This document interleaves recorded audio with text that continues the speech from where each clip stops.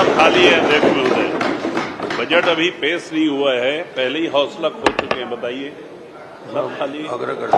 बुलवाइए बुलवाइए।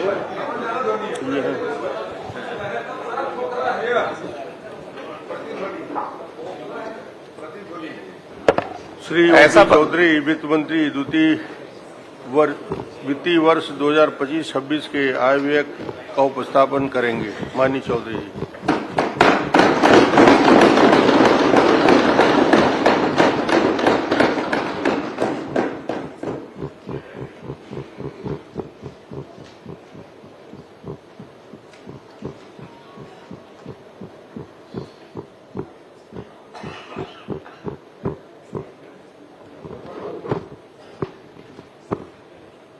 माननीय अध्यक्ष महोदय, सबसे पहले मैं इस बार के इस जो स्पीच है उसके बारे में एक छोटी सी जानकारी आपके माध्यम से सदन को देना चाहता हूं कि हमारे विष्णुदेव साय जी के नेतृत्व में जो सरकार चल रही है उसके दो आयाम हैं अध्यक्ष महोदय, प्रमुख आयाम।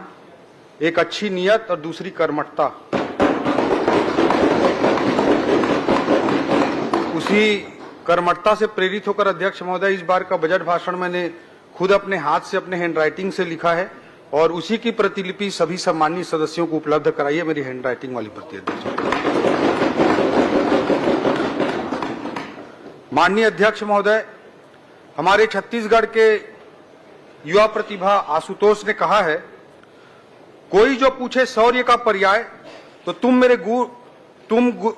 तुम वीर नारायण गुंडाधुर की तलवार लिख देना। कोई जो पूछे शौर्य का पर्याय तो तुम वीर नारायण गुंडाधुर की तलवार लिख देना।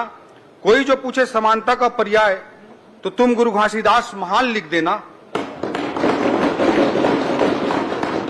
कोई जो पूछे राम राम का पर्याय तो छत्तीसगढ़ी में जय जोहार लिख देना। और कोई जो पूछे चारों धाम का पर्याय तो तुम मेरे छत्तीसगढ़ का नाम लिख देना। अध्यक्ष महोदय, इसी छत्तीसगढ़ की भूमि में आधुनिक भारत के सांस्कृतिक अग्रदूत स्वामी विवेकानंद जी ने कलकत्ता के बाद अपना सर्वाधिक समय व्यतीत किया। इसी छत्तीसगढ़ की भूमि में रामगढ़ की पहाड़ियों में कालिदास जी ने प्रेम के प्रतीक मेघदूत की रचना की थी। इसी छत्तीसगढ़ की भूमि में मुकुटधर पांडे जी ने छायावाद की पहली कविता लिखी थी और माधवराव सप्रे जी ने हिंदी की पहली कहानी लिखी थी। इसी माटी की माता सबरी ने स्नेह और विश्वास, निश्चल प्रेम ने तीनों लोक के अधिपति श्री राम को जूठे बेर खाने पर परम तृप्ति का अनुभव करा दिया था। मैं अपने ऐसे छत्तीसगढ़ की माटी को सबसे पहले प्रणाम करता हूं और इस महान छत्तीसगढ़ की 3 करोड़ महान जनता को भी नतमस्तक होकर राम राम करता हूं, जय जोहार करता हूं। अध्यक्ष महोदय, लोकतंत्र की बुनियाद है भरोसा। विश्वास ही लोकतंत्र का शोक स्तंभ है।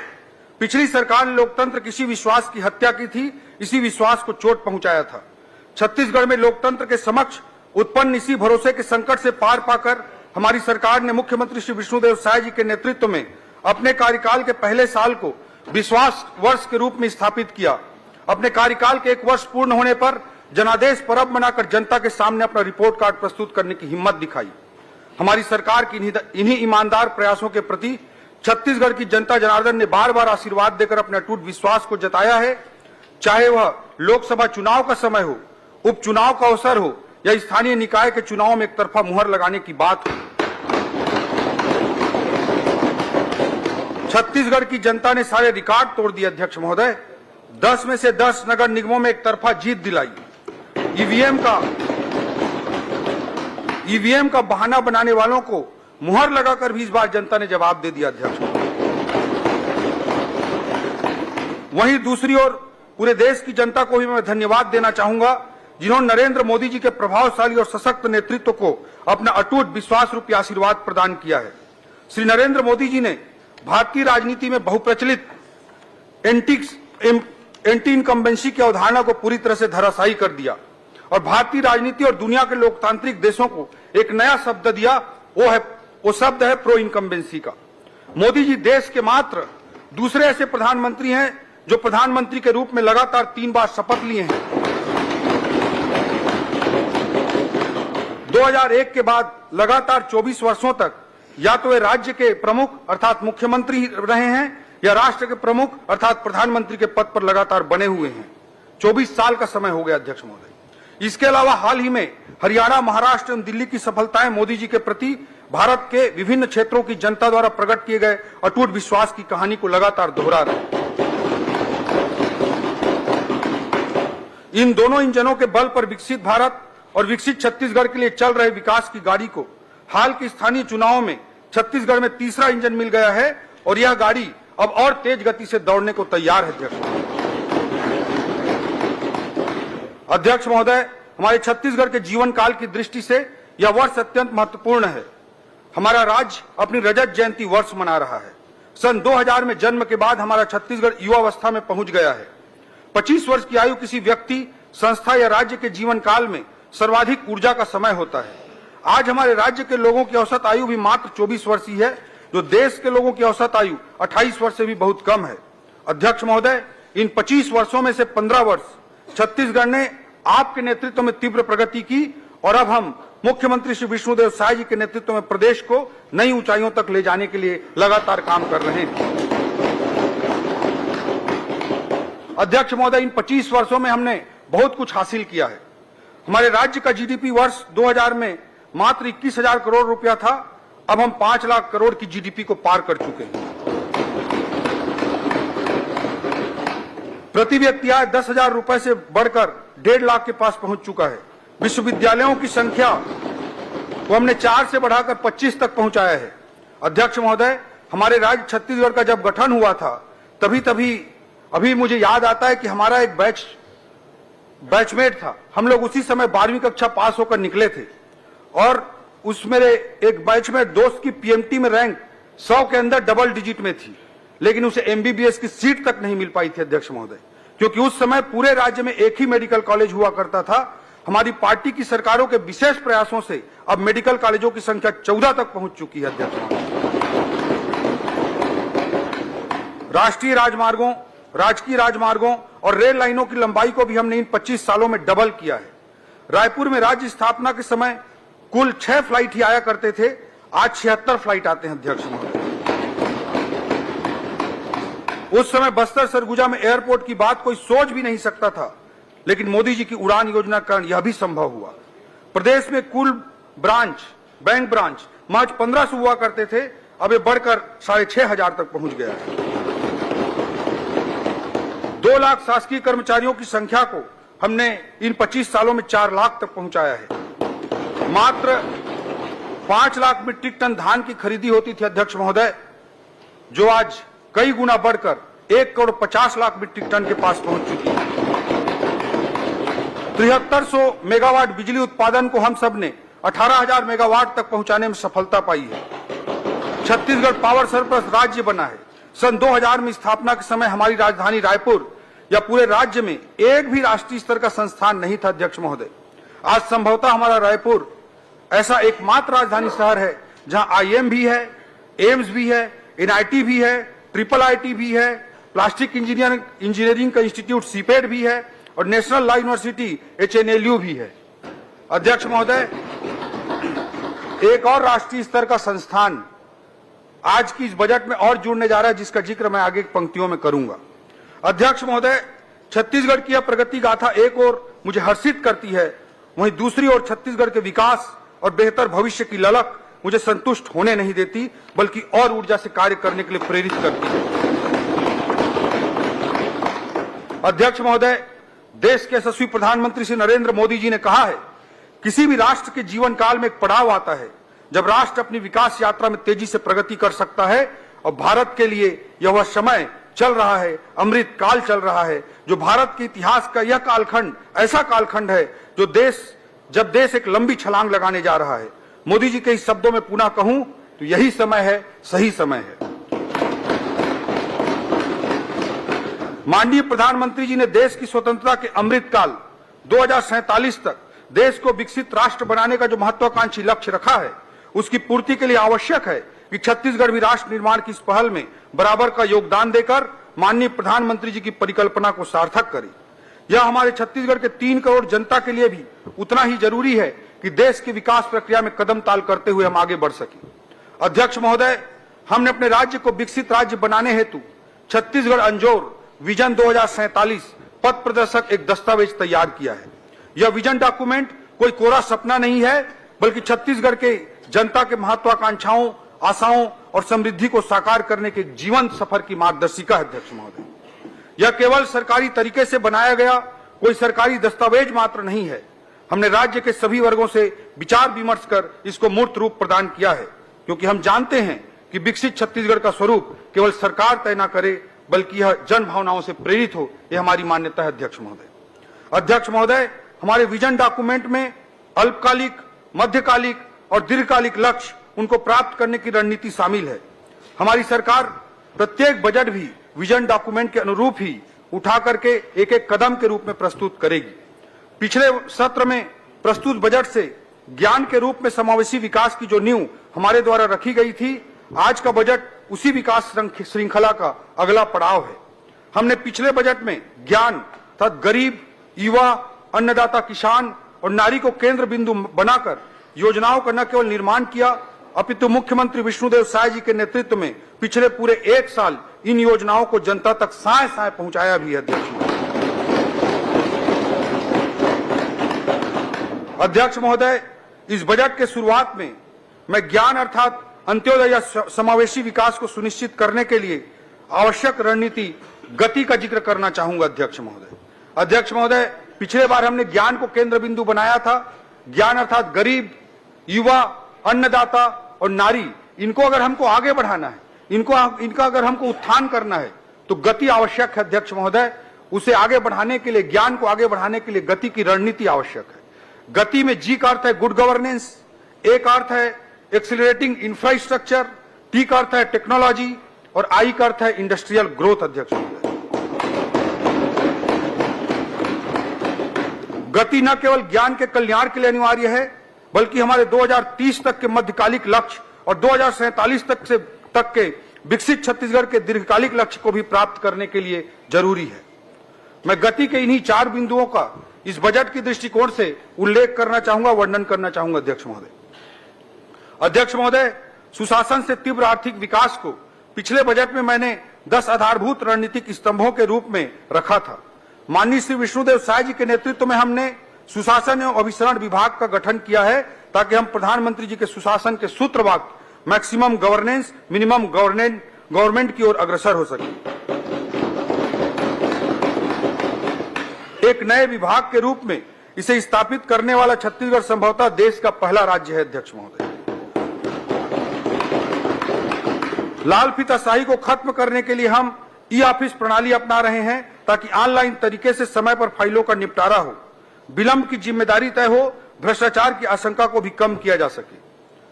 सरकारी सुविधाओं और योजनाओं की आसान और सुनिश्चित डिलीवरी के लिए हम डिजिटल गवर्नेंस का उपयोग कर रहे हैं। सरकार की योजनाओं के क्रियान्वयन पर सतत निगरानी रखने के लिए माननीय मुख्यमंत्री जी के द्वारा डैशबोर्ड अटल मॉनिटरिंग पोर्टल आरंभ किया गया है। आज के इस बजट में इस हेतु 10 करोड़ रुपए का प्रावधान किया गया है। सरकारी खरीदों में भ्रष्टाचार रोकने के लिए हमने जेम पोर्टल से खरीदी की प्रक्रिया को फिर से प्रारंभ किया है।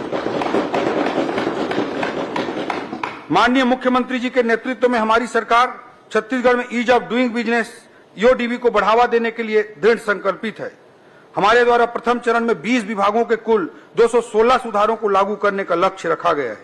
इस पूरी मुहिम, जिसे ब्रैप कहते हैं अध्यक्ष महोदय, बिजनेस रिफॉर्म एक्शन प्लान, का मूल उद्देश्य व्यवस्था में पारदर्शिता लाना तथा नियमों में सरलीकरण करके प्रक्रियाओं को आसान बनाना है। स्टाम्प और पंजीयन विभाग द्वारा सूचना प्रौद्योगिकी का बेहतर उपयोग करते हुए आम जनता को सुविधा प्रदान करने के लिए अनेक कदम उठाए जा रहे हैं। सुगम ऐप के माध्यम से फर्जी रजिस्ट्री को रोकने में मदद मिल रही है। अनेक प्रक्रियाओं को पेपरलेस और फेसलेस भी किया जा रहा है। पंजीयन के 20 मैदानी कार्यालयों को आदर्श उप पंजीयक कार्यालय बनाने के लिए इस बजट में 20 करोड़ का प्रावधान किया गया है। पासपोर्ट ऑफिस की तर्ज पर जमीन रजिस्ट्री हेतु भी लोगों के लिए आसान व्यवस्था स्थापित की जाएगी। हक त्याग एवं बंटवारा में लगने वाले लाखों रुपए के शुल्क के स्थान पर अब मात्र 500 रुपए का प्रावधान कर दिया गया है। इससे भविष्य में उत्पन्न होने वाले लाखों राजस्व विवादों को रोका जा सकेगा।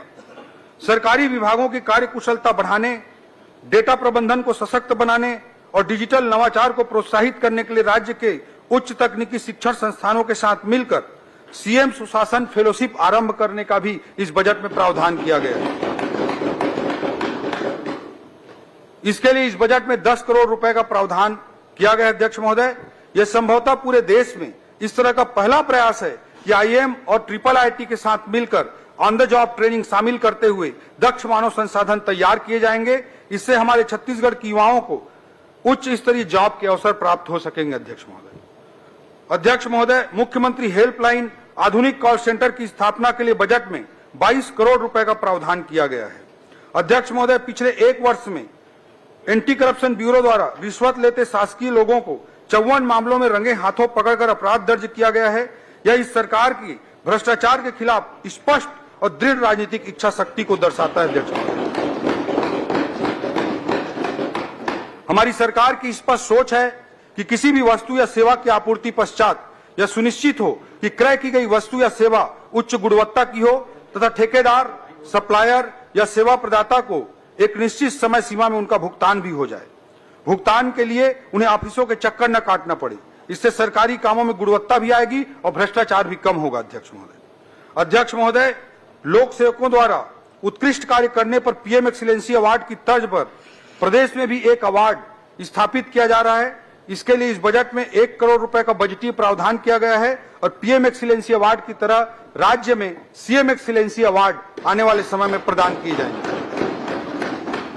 अध्यक्ष महोदय, भारत सरकार की SCA अर्थात स्पेशल कैपिटल असिस्टेंस योजना अंतर्गत राज्य द्वारा किए जा रहे सुधारों, जो रिफॉर्म्स हैं, उनको हम केंद्र के अनुसार कर रहे हैं। जैसे भू अभिलेखों का डिजिटलीकरण, 15 वर्ष से अधिक पुराने शासकीय वाहनों की स्क्रैपिंग, औद्योगिक क्षेत्रों में भू उपयोग का उदारीकरण, पंजीयन प्रक्रिया का डिजिटाइजेशन, SNA स्पर्श व्यवस्था, ऐसे रिफॉर्म्स को हमने लागू किया है। और इन रिफॉर्म्स को लागू करने के एवज में भारत सरकार ने इस वर्ष इंसेंटिव के रूप में, पुरस्कार स्वरूप हमारी छत्तीसगढ़ सरकार को 6000 करोड़ रुपए से अधिक की राशि प्रदान की है।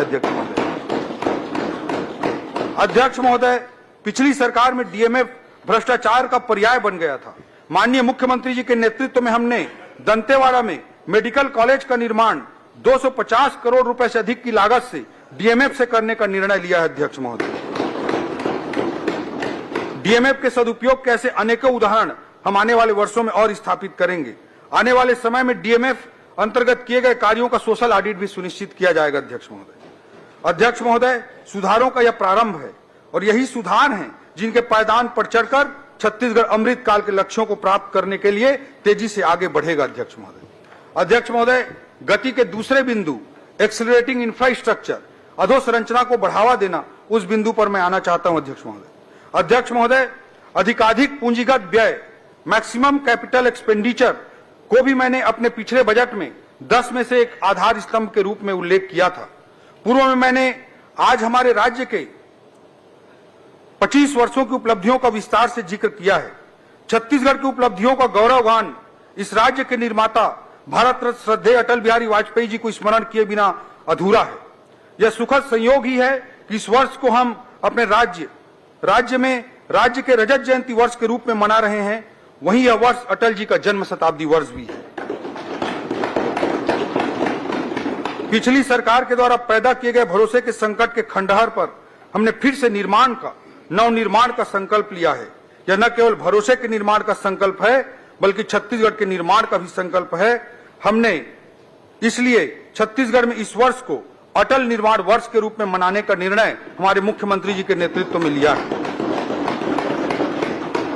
यह निर्माण इंफ्रा का निर्माण तो होगा ही, इस निर्माण का आशय सभी क्षेत्रों में नए अवसरों का भी नवनिर्माण है। अध्यक्ष महोदय, हमारी सरकार के पहले बजट में हमने पूंजीगत व्यय के लिए 22,300 करोड़ रुपए का प्रावधान किया था। इस क्रम को आगे बढ़ाते हुए इस बजट में रिकॉर्ड पूंजीगत व्यय के लिए 18% की रिकॉर्ड वृद्धि हमने की है और अब पूंजीगत व्यय 26,341 करोड़ रुपए का प्रावधान इस बजट में किया गया। यह कुल बजट का 16% हिस्सा है और पिछले वर्ष की तुलना में 18% अधिक है। पूंजीगत व्यय किसी भी अर्थव्यवस्था की रीढ़ होती है और शास्त्रियों का मानना है कि 1 रुपए के पूंजीगत व्यय से अर्थव्यवस्था में दीर्घकालिक रूप से 4 रुपए से अधिक का आर्थिक प्रभाव पड़ता है। पूंजीगत व्यय में वृद्धि के प्रयासों के फलस्वरूप भारत सरकार ने एससीए में जो हमको राशि दी है, केवल कैपिटल एक्सपेंडिचर में वृद्धि के कारण भारत सरकार ने इंसेंटिव के रूप में छत्तीसगढ़ को 1051 करोड़ रुपए प्रोत्साहन स्वरूप प्रदान किए हैं। अध्यक्ष महोदय, मैं बताना चाहूंगा कि विगत कई वर्षों से सब इंजीनियरों की भर्ती नहीं होने के कारण सभी निर्माण विभागों जैसे पीडब्ल्यूडी, पीएचई, जल संसाधन आदि में इंजीनियरों की भारी कमी है। विगत एक वर्ष में हमने 600 से अधिक इंजीनियरों की भर्ती की वित्तीय अनुमति दी है ताकि इन विभागों में पर्याप्त मानव संसाधन उपलब्ध हों एवं अधिकाधिक पूंजीगत व्यय करके आर्थिक विकास को छत्तीसगढ़ में गति दी जा सके। हमारी सरकार ने सड़कों के सुदृढ़ नेटवर्क बनाने के लिए रोड प्लान 2030 तैयार किया है, जिसका मुख्य उद्देश्य राजधानी से जिला, जिला से जिला, जिला से विकास खंड एवं विकास खंड से विकास खंड स्तर तक चौड़ी और उन्नत सड़कों का जाल बिछाना है। हमने छोटे शहर जो नगर पंचायत या नगर पालिका स्तर के हैं, उनके विकास को ध्यान में रखते हुए इस बजट में माननीय मुख्यमंत्री जी के निर्देश पर एक नई योजना प्रारंभ करने जा रहे हैं। उस योजना का नाम होगा मुख्यमंत्री रिंग रोड योजना। ये नया योजना प्रारंभ होने जा रहा है। इसके लिए इस बजट में प्रारंभिक तौर पर 100 करोड़ रुपए का प्रावधान किया गया। अध्यक्ष महोदय, राज्य के पीडब्ल्यूडी अर्थात लोक निर्माण विभाग के लिए इस बजट में लगभग 9,500 करोड़ रुपए का प्रावधान किया गया है, जो पिछली बार की तुलना में 20% अधिक है। राज्य बनने के बाद पहली बार एक वित्तीय वर्ष में नई सड़कों के निर्माण के लिए इस बार 2,000 करोड़ रुपए का प्रावधान किया गया। अध्यक्ष महोदय, राज्य में पहली बार राष्ट्रीय राजमार्गों के रखरखाव जैसी व्यवस्था राज्य मार्गों एवं मुख्य जिला मार्गों पर भी लागू करने के लिए उन्नत व्यवस्था ओपीआरएमसी योजना अंतर्गत 20 करोड़ रुपए का प्रावधान इस बजट में किया गया है। अध्यक्ष महोदय, डबल इंजन सरकार केवल एक नारा नहीं है, बल्कि प्रभावशील वास्तविकता है। प्रमाण स्वरूप मैं बताना चाहूंगा कि भारत सरकार ने राज्य में राष्ट्रीय राजमार्गों के निर्माण के लिए पिछले केवल एक वर्ष में लगभग 20,000 करोड़ रुपए के सड़कों की कार्य की स्वीकृति प्रदान की है। अध्यक्ष, राज्य के ग्रामीण क्षेत्रों में पक्की 12 सड़कों के निर्माण के लिए पीएमजीएसवाई अंतर्गत 845 करोड़, विशेष पिछड़ी जनजाति वाले बसाहटों को पक्की सड़क से जोड़ने के लिए प्रधानमंत्री जनमन योजना अंतर्गत 500 करोड़ तथा मुख्यमंत्री ग्राम सड़क योजना एमएमजीएसवाई अंतर्गत 119 करोड़ रुपए का प्रावधान किया गया। अध्यक्ष, नगर निगम क्षेत्र जो हमारे छत्तीसगढ़ के 14 बड़े नगरीय निकाय हैं, 14 नगर निगम हैं, उनमें सुनियोजित विकास को बढ़ावा देने के लिए भी इस बजट में एक नई योजना प्रारंभ की जा रही है। इस योजना का नाम मुख्यमंत्री नगरोत्थान योजना रहेगी। अध्यक्ष महोदय, इसके लिए इस बजट में 500 करोड़ रुपए का वित्तीय प्रावधान किया गया। अध्यक्ष, जगदलपुर, अंबिकापुर एवं बिलासपुर एयरपोर्टों के विकास कार्यों के लिए बजटीय प्रावधान किए गए हैं। ज्यादा से ज्यादा फ्लाइट संचालन हो सके, इसके लिए 40 करोड़ रुपए का बीजीएफ का भी प्रावधान किया गया है। माननीय प्रधानमंत्री जी के नदियों को जोड़ने की महत्वाकांक्षी लक्ष्य को भी हम पूरा करने के लिए मुख्यमंत्री जी के नेतृत्व में आगे बढ़ रहे हैं। अध्यक्ष महोदय, महानदी एवं इंद्रावती नदी को जोड़ने के लिए और केवई नदी और हसदेव नदी को आपस में जोड़ने के लिए सर्वे कार्य कराने के लिए भी इस बजट में प्रावधान किया गया। अध्यक्ष, हमने अपने जन संकल्प पत्र के अनुरूप रायपुर एवं आसपास के क्षेत्रों को शामिल करते हुए एनसीआर की तर्ज पर एससीआर अर्थात स्टेट कैपिटल रीजन विकसित करने का निर्णय लिए हैं। जैसे नेशनल कैपिटल रीजन है, वैसे स्टेट कैपिटल रीजन बनाने का भी निर्णय हमारी सरकार ने लिया है। इसके लिए बजट में स्टेट कैपिटल रीजन के कार्यालय की स्थापना के लिए भी बजट का प्रावधान कर दिया गया है। सर्वे और डीपीआर निर्माण हेतु भी इस बजट में 5 करोड़ रुपए का प्रावधान किया गया है। आज बड़े शहरों की जरूरत मेट्रो, मिनी मेट्रो के रूप में सामने आ रही है। अध्यक्ष महोदय, इस बात को ध्यान में रखते हुए, भविष्य की जरूरतों को ध्यान में रखते हुए रायपुर से दुर्ग तक मेट्रो रेल सुविधा के सर्वे का कार्य भी इस बजट में प्रावधानित है। 5 करोड़ रुपए का प्रावधान किया जाए। रायपुर शहर में कैनाल रोड फेज 3 का निर्माण, पंडरी से मोवा फ्लाईओवर ब्रिज का निर्माण, एक्सप्रेसवे फेज 2 का निर्माण, कटघोरा से दीपका 4 लेन सड़क का निर्माण, रायगढ़ से महापल्ली 4 लेन सड़क का निर्माण, अंबिकापुर अंबेडकर चौक से वाराणसी मार्ग 4 लेन सड़क का निर्माण, ऐसे अनेकों कार्यों को इस बार प्रमुखता से इस बजट में अधोसंरचनात्मक कार्यों को जोड़ा गया है। पेयजल व्यवस्था हेतु भी जल जीवन मिशन योजना अंतर्गत 4,500 करोड़ रुपए का बजटीय प्रावधान इस बार किया गया है। गति के तीसरे बिंदु टी अर्थात टेक्नोलॉजी पर मैं अब चर्चा करना चाहूंगा अध्यक्ष महोदय। अध्यक्ष महोदय, औद्योगिक क्रांति से लेकर डिजिटल युग तक तकनीकी प्रगति ने पूरी दुनिया में लगातार आर्थिक विकास को गति प्रदान की है।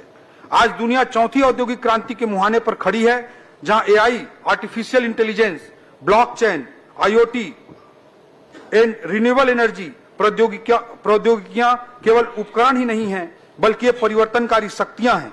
नवाचार उद्योगों को नए सिरे से परिभाषित कर रहे हैं। टेक्नोलॉजी किसी भी आधुनिक अर्थव्यवस्था का आज की तारीख में प्रवेश द्वार बन चुका है। अध्यक्ष महोदय, मोबाइल कनेक्टिविटी तकनीकी क्रांति का सूत्रधार है, या फिर कहूं तो यह आज के आधुनिक युग का वाहक है।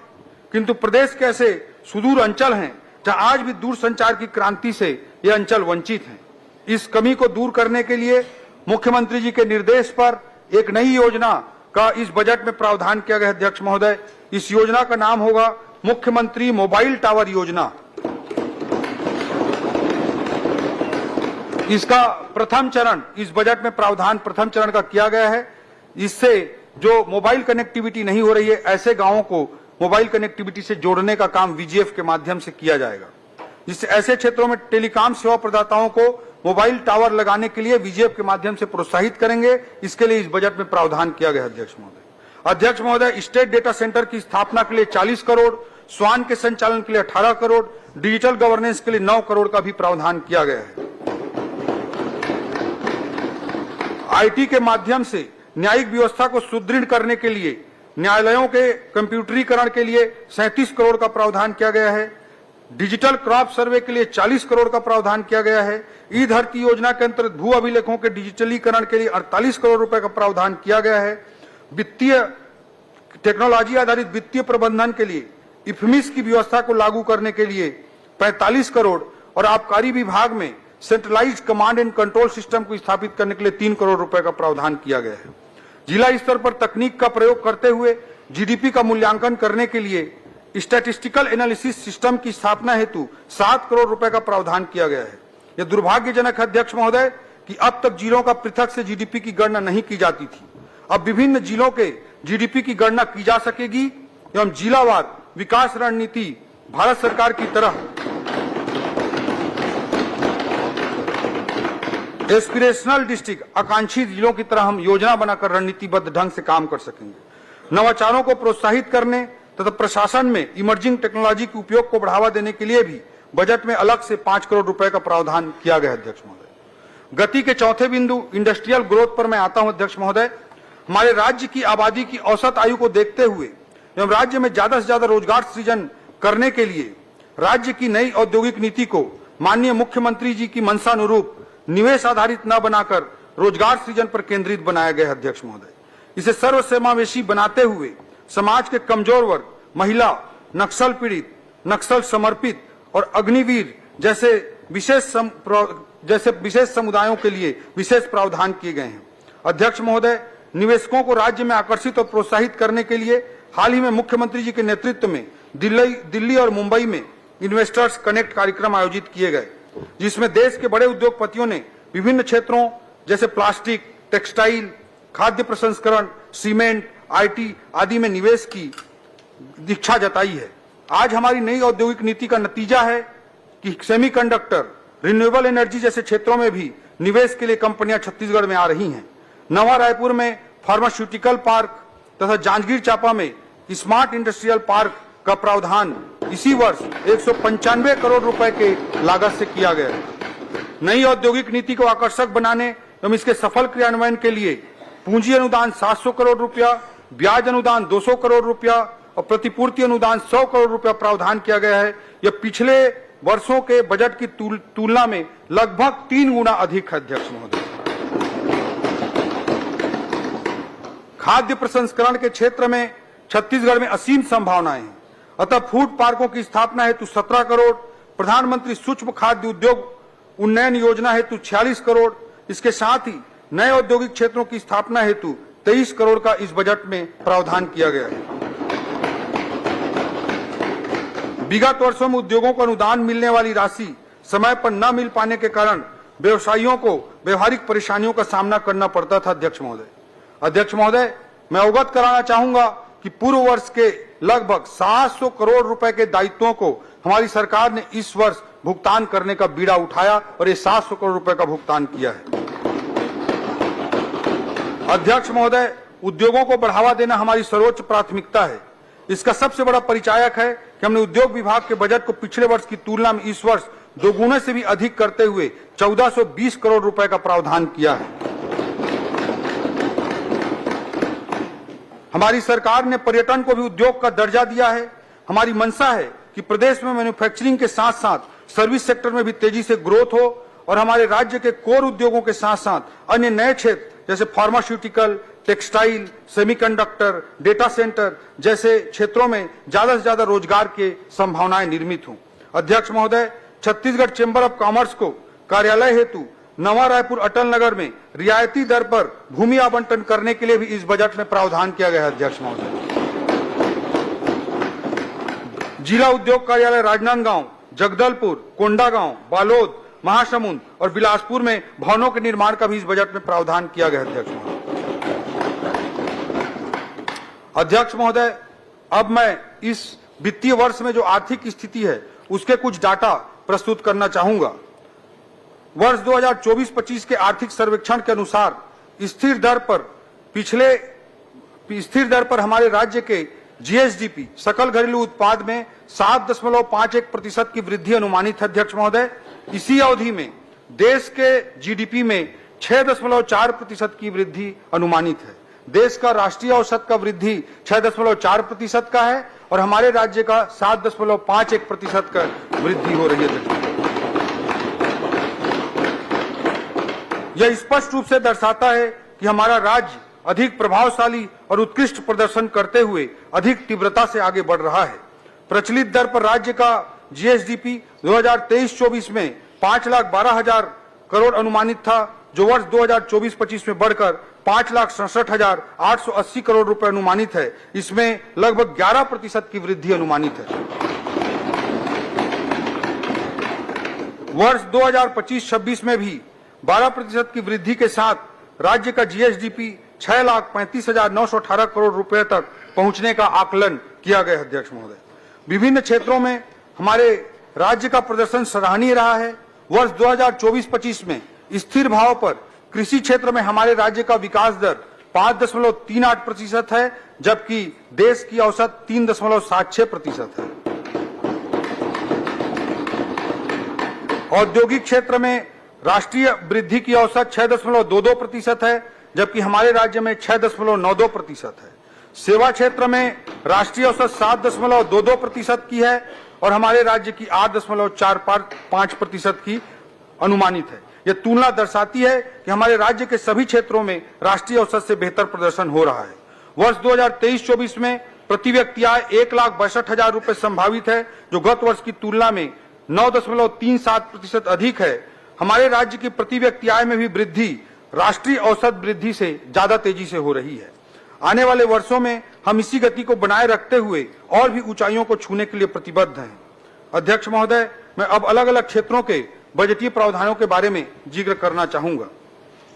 सबसे पहले मैं संस्कृति क्षेत्र के विषयों पर बात करना चाहूंगा। अध्यक्ष महोदय, श्रद्धेय अटल जी ने कहा है, मैं शंकर का वह क्रोधानल कर सकता जगती छार छार, डमरू की वह प्रलय ध्वनि हूं जिसमें नचता भीषण संहार। रणचंडी की अतृप्त प्यास, मैं दुर्गा का उन्मत्त हास, मैं यम की प्रलयंकर पुकार, जलते मरघट का धुआंधार। फिर अंतरतम की ज्वाला से जगती में आग लगा दूं मैं, यदि धधक उठे जलथल अंबर, जड़ चेतन तो कैसा विस्मय। हिंदू तन मन, हिंदू जीवन, रग रग हिंदू मेरा परिचय।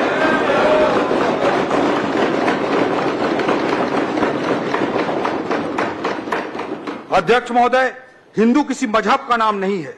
माननीय सर्वोच्च न्यायालय ने भी कहा है कि यह एक जीवन पद्धति का नाम है, जीने का एक तरीका है।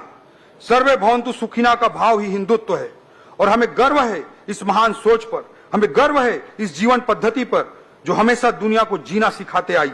और आज पूरी दुनिया को यह वर्ल्ड ऑर्डर और पीस तथा विश्व व्यवस्था और शांति की गारंटी अगर कोई दे सकता है तो हिंदू की विचारधारा दे सकती है। अध्यक्ष महोदय, दीनदयाल उपाध्याय जी का सांस्कृतिक राष्ट्रवाद इस हिंदुत्व का अनिवार्य हिस्सा है। सांस्कृतिक राष्ट्रवाद भी कोई अमूर्त अवधारणा नहीं है अध्यक्ष महोदय, इसका सीधा अर्थ इतना ही है कि राष्ट्र का आधार संस्कृति होता है। पश्चिम केवल राज्य को परिभाषित करता है अध्यक्ष महोदय, जीवंत राष्ट्र की परिकल्पना कभी पश्चिम की डिक्शनरी में नहीं हो सकती है। पश्चिम कहता है कि राज्य के 4 अंग होते हैं, जनसंख्या, क्षेत्रफल, सरकार और संप्रभुता। पश्चिम नहीं समझ सकता कि राष्ट्र का प्राण तत्व संस्कृति होता है। दुर्भाग्य से हमारी शिक्षा पद्धति भी अधिकांश अवसरों में यही पढ़ाते सिखाती आई अध्यक्ष महोदय, ये हमारा दुर्भाग्य रहा। तीर्थराज प्रयाग के त्रिवेणी पर जो भारत दिखा ना, वही संस्कृति आधारित राष्ट्र है। प्रयागराज के त्रिवेणी से लेकर राजिम के त्रिवेणी तक, भगवान श्री राम के ननिहाल छत्तीसगढ़ में सुदूर सामरी से लेकर सुकमा तक हमारे भांचा राम के जो पद चिन्ह है, वही इस राष्ट्र की संस्कृति का प्राणवायु है अध्यक्ष महोदय। हम राज्य में सांस्कृतिक पहचान और राष्ट्रीय जन जागरण के लिए लगातार प्रयासरत हैं। इन्हीं प्रयासों के तहत प्रयागराज में आयोजित महाकुंभ में हमने छत्तीसगढ़ पवेलियन की स्थापना की, जहां हमारे प्रदेश के श्रद्धालुओं के लिए रुकने खान पान की व्यवस्था की गई। राज्य के 1.25 लाख श्रद्धालुओं ने इस सुविधा का लाभ उठाया अध्यक्ष महोदय। कुंभ मेला में इस बार माननीय राज्यपाल महोदय, माननीय मुख्यमंत्री जी के साथ साथ हमारे छत्तीसगढ़ के सभी सम्मानीय सांसद, मंत्री एवं विधायकगण ने आपके विशेष आमंत्रण को स्वीकार किया अध्यक्ष महोदय, और पवित्र संगम के स्नान का सौभाग्य प्राप्त किया अध्यक्ष महोदय। इसके लिए भी मैं आपको धन्यवाद देना चाहता हूं। पिछले साल अयोध्या में भव्य राम मंदिर की स्थापना के बाद से ही हम छत्तीसगढ़ के भांचा राम के भक्तों को रामलला के दर्शन कराने के लिए विशेष योजना चला रहे हैं, जिसके तहत अब तक 22,000 से अधिक श्रद्धालुओं को रामलला का दर्शन कराया जा चुका है। अगले वित्त वर्ष के लिए इस बजट में इस प्रयोजन के लिए 36 करोड़ रुपए का प्रावधान किया गया है। सभी धर्मों के आस्था के केंद्र बिंदु डोंगरगढ़ में 59 करोड़ की लागत से परिक्रमा पथ तथा मां बमलेश्वरी मंदिर के सामने वाई सेब का पुल 21 करोड़ रुपए की लागत से, इन दोनों कार्यों की स्वीकृति इस वित्तीय वर्ष में जारी की जा रही है अध्यक्ष महोदय। हमारी सरकार चंपारण, सिरपुर जैसे अन्य धार्मिक स्थलों के विकास को भी सुनिश्चित करने के लिए संकल्पित है अध्यक्ष महोदय। छत्तीसगढ़ के बगियाला मिलजुल के सजाबो जी, हमर माटी हमर तीरथ है, अब राजिम कुंभ घलो नहाबो जी, एक छत्तीसगढ़ी व्यक्ति की भावना है अध्यक्ष महोदय। अध्यक्ष महोदय, हमने राजिम कुंभ का सुंदर आयोजन फिर से प्रारंभ किया है और आज के इस बजट में अगले साल के आयोजन के लिए 8 करोड़ रुपए का वित्तीय प्रावधान भी रखा गया है। छत्तीसगढ़ के श्रद्धालुओं को सिंधु दर्शन और कैलाश मानसरोवर यात्रा पर जाने के लिए बजटीय प्रावधान भी इस बजट में किया गया है अध्यक्ष महोदय। अध्यक्ष महोदय, पिछली सरकार ने तीर्थ यात्रा योजना को बंद कर दिया था। मैं बताना चाहूंगा कि इस योजना अंतर्गत लगभग 2.5 लाख हितग्राहियों ने हरिद्वार, पुरी, द्वारिका, श्रवणबेलगोला, सारनाथ, सबरीमाला, वैष्णो देवी, स्वर्ण मंदिर इत्यादि महत्वपूर्ण धार्मिक स्थानों की यात्रा की थी। पिछले बजट में हमने इस योजना को पुनः आरंभ किया और आज की इस बजट में इस योजना को, तीर्थ यात्रा योजना को चलाने के लिए 15 करोड़ रुपए के वित्तीय प्रावधान की घोषणा की। अध्यक्ष महोदय, हमारे छत्तीसगढ़ और छत्तीसगढ़ की स्थानीय संस्कृति के लिए हमारी प्रतिबद्धता अनवरत अटूट रही है। विपक्षी साथियों की सरकारों को छत्तीसगढ़ राज्य बनाने का अवसर दशकों तक मिला, लेकिन उन्होंने नहीं बनाया। अगर छत्तीसगढ़ किसी ने बनाया तो श्रद्धेय अटल जी ने बनाया। हमने छत्तीसगढ़ी को राजभाषा का दर्जा दिया। हमने छत्तीसगढ़ राजभाषा आयोग का गठन किया। हमारे छत्तीसगढ़ के महान विभूतियों के नाम पर हमने अनेक अलंकरण स्थापित किए। हमारे छत्तीसगढ़ के धरोहर पद्मश्री कवि सुरेंद्र दुबे जी ने लिखा, अध्यक्ष महोदय, धन्य धन्य ये धरती, धन्य धन्य ये धरती जिसमें कौशल्या ने जन्म लिया, सीता का वनवास हुआ तो इस माटी ने शरण दिया। धन्य धन्य ये धरती जिसमें कौशल्या ने जन्म लिया, सीता का वनवास हुआ तो इस माटी ने शरण दिया। ये दक्षिण कौशल कुशावर्त सिरपुर इसकी राजधानी थी, कलचुरियों ने राज किया था, इसकी एक कहानी थी। ये वाल्मीकि की तपोभूमि, ये वाल्मीकि की तपोभूमि तुरतुरिया गुण गाती है, दोनों हाथ उठाकर बोलो छत्तीसगढ़ की माटी है।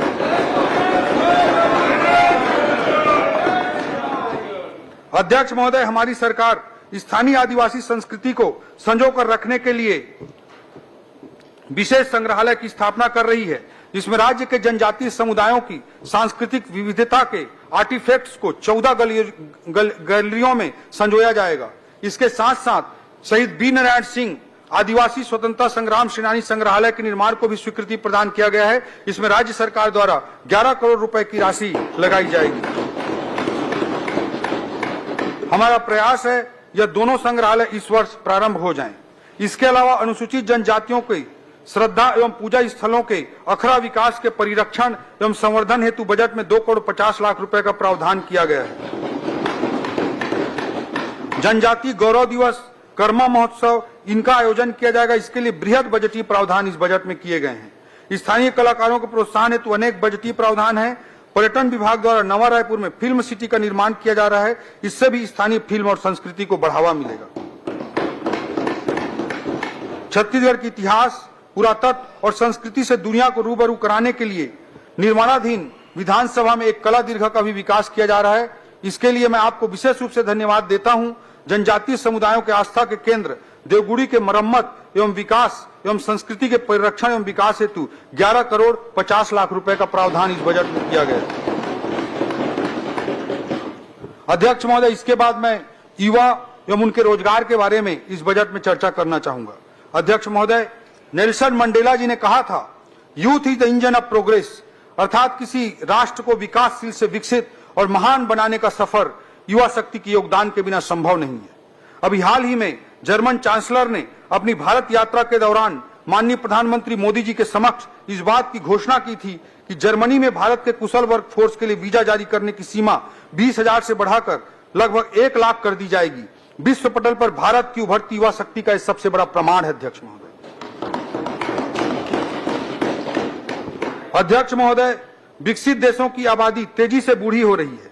आज जापान की औसत आयु 50 वर्ष, जर्मनी की औसत आयु 47 वर्ष, चीन की औसत आयु 40 वर्ष, अमेरिका की औसत आयु 39 वर्ष है। वहीं दूसरी ओर भारत की औसत आयु मात्र 28 वर्ष है। और अगर मैं छत्तीसगढ़ के औसत आयु की बात करूं तो यह देश की औसत आयु 28 वर्ष से भी कम 24 वर्ष ही है। डेमोग्राफिक डिविडेंड प्राप्त करने का हमारे राज्य के लिए सबसे अनुकूल समय है। अध्यक्ष महोदय, जैसा कि मैंने पूर्व में बताया कि हमने अपने औद्योगिक नीति को निवेश आधारित न बनाकर रोजगार सृजन पर आधारित बनाया है। जो छूट दी जाएगी, जो सब्सिडी दी जाएगी, उसका आधार निवेश की सीमा नहीं होगी, बल्कि अधिकाधिक रोजगार सृजन के क्राइटेरिया पर यह छूट और सब्सिडी प्रदान की जाएगी। तो सही मायने में हमारे सरकार के राज्य की युवा शक्ति के प्रति आस्था का हमारी सोच का प्रतीक है। युवाओं के प्रासंगिक कौशल विकास के लिए मुख्यमंत्री कौशल विकास योजना अंतर्गत 26 करोड़ रुपए का बजटीय प्रावधान इस बजट में किया गया है। अध्यक्ष महोदय, पिछले 25 सालों में रायपुर में निर्मित हुए राष्ट्रीय संस्थानों का मैंने जिक्र किया। एक नए राष्ट्रीय संस्थान की स्थापना की घोषणा इस बजट में और की जा रही है, जो रायपुर के और पूरे छत्तीसगढ़ के माथे पर एक और तिलक होगा। हमारा छत्तीसगढ़ कला कौशल जैसे बेल मेटल आर्ट, कोसा, टेराकोटा, बैम्बू आर्ट इत्यादि से परिपूर्ण है, किंतु आज आधुनिकता के दौर में इन्हें प्रासंगिक बनाना है। हमारे द्वारा नवा रायपुर में NIFT National Institute of Fashion Technology की स्थापना का निर्णय लिया गया है, जिससे इन कलाकृतियों को नया आधुनिक तरीके से वैश्विक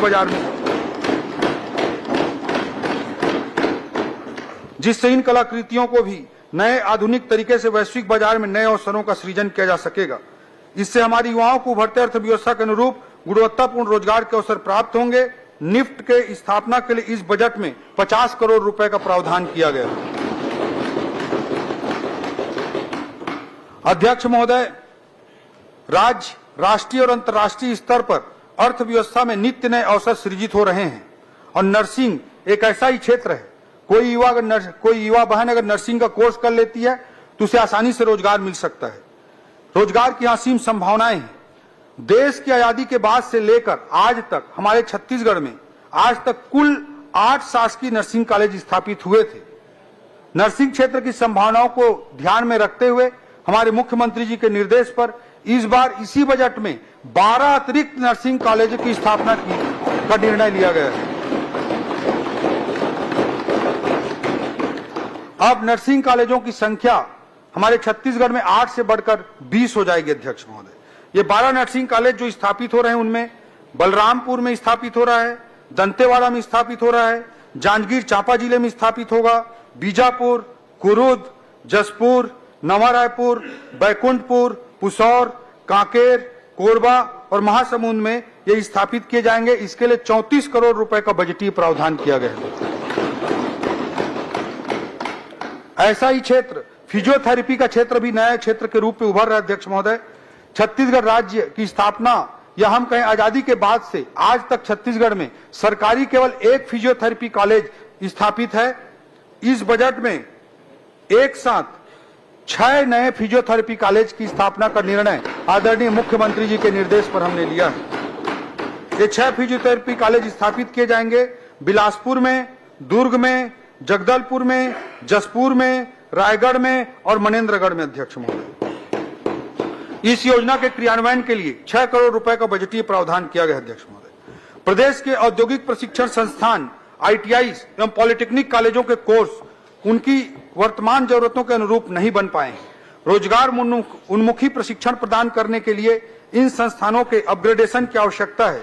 इसके लिए इस बजट में ITI और पॉलिटेक्निक कॉलेजों को वर्तमान जरूरतों के अनुरूप बनाने के लिए 100 करोड़ रुपए का प्रावधान किया गया है।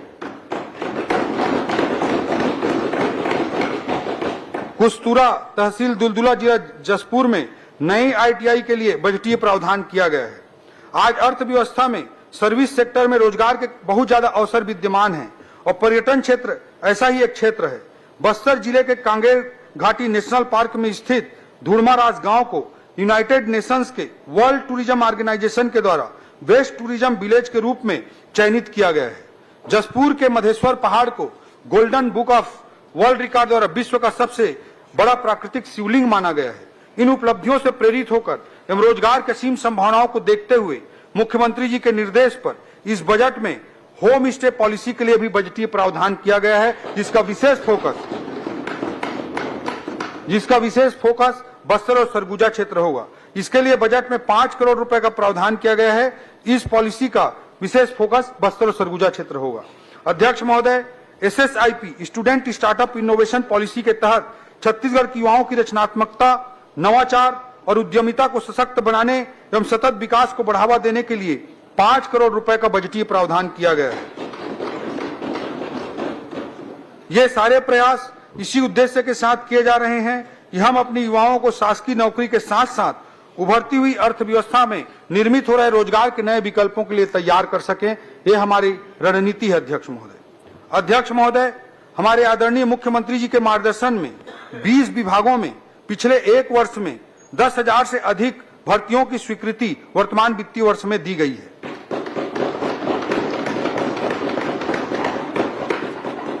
आने वाले वित्तीय वर्ष में भी माननीय मुख्यमंत्री जी के मार्गदर्शन में भर्ती हेतु पदों की स्वीकृति की प्रक्रिया को और तेज गति प्रदान की जाएगी। मुख्यमंत्री जी के मार्गदर्शन में स्कूलों के शिक्षकों एवं कॉलेजों के शैक्षणिक पदों की भर्ती के प्रथम चरण की स्वीकृति भी इस वित्तीय वर्ष में प्रदान की जाएगी। अध्यक्ष महोदय, खेल प्रोत्साहन। अध्यक्ष महोदय, हमारी सरकार पूरे प्रदेश में खेल प्रोत्साहन के लिए छत्तीसगढ़ क्रीड़ा प्रोत्साहन योजना लेकर आई है। अनेक प्रावधानों में से विशेष रूप से मैं उल्लेख करना चाहूंगा कि सरगुजा एवं दुर्ग संभाग में संभाग स्तरीय बहुउद्देशीय स्टेडियम निर्माण का प्रावधान 10 करोड़ रुपए का प्रावधान इस बजट में किया गया है। सारंगगढ़ बिलाईगढ़ जिला, सूरजपुर जिला, मनेन्द्रगढ़ चिरमिरी भरतपुर जिला, मुंगेली जिला, सक्ती जिला, गरियाबंद जिला, महासमुंद जिला, बेमेतरा, कांकेर एवं बिलासपुर जिले में बहुउद्देशीय स्टेडियम निर्माण हेतु 15 करोड़ रुपए का बजटीय प्रावधान किया गया है। कुरुद, धमतरी और बलौदा बाजार के सुहेला में इंडोर हॉल निर्माण का भी बजट में 5 करोड़ रुपए का प्रावधान किया गया है। जसपुर में फुटबॉल स्टेडियम, बैडमिंटन कोर्ट और मिनी स्टेडियम तथा इंडोर हॉल निर्माण हेतु 5 करोड़ रुपए के भी प्रावधान किए गए हैं। ऐसे अनेक खेल को बढ़ावा देने के लिए बजटीय प्रावधान इस बजट में शामिल है। अध्यक्ष महोदय, नगरीय विकास की दृष्टि से मैं बताना चाहूंगा कि किसी भी अर्थव्यवस्था की उत्तरोत्तर वृद्धि में नगरीय विकास उत्प्रेरक का कार्य करता है। आर्थिक विकास के साथ शहरों में आबादी का दबाव बढ़ता जाएगा। हमारे शहरों का सुनियोजित और सर्वांगीण विकास हो, इसके लिए अनेक बजटीय प्रावधान इस बजट में किए गए हैं। मैंने मुख्यमंत्री नगरोत्थान योजना, उसके अंतर्गत 500 करोड़ रुपए के बजट प्रावधान का पहले ही जिक्र किया। नगरीय निकाय में अधोसंरचना विकास के लिए इस वर्ष 750 करोड़ रुपए का प्रावधान किया गया है। स्वच्छ पेयजल की व्यवस्था को शहरी क्षेत्रों में दुरुस्त करने के लिए अमृत मिशन अंतर्गत 744 करोड़ रुपए बजट का प्रावधान किया गया है और सबके लिए आवास योजना के अंतर्गत 875 करोड़ रुपए बजट का प्रावधान किया गया है।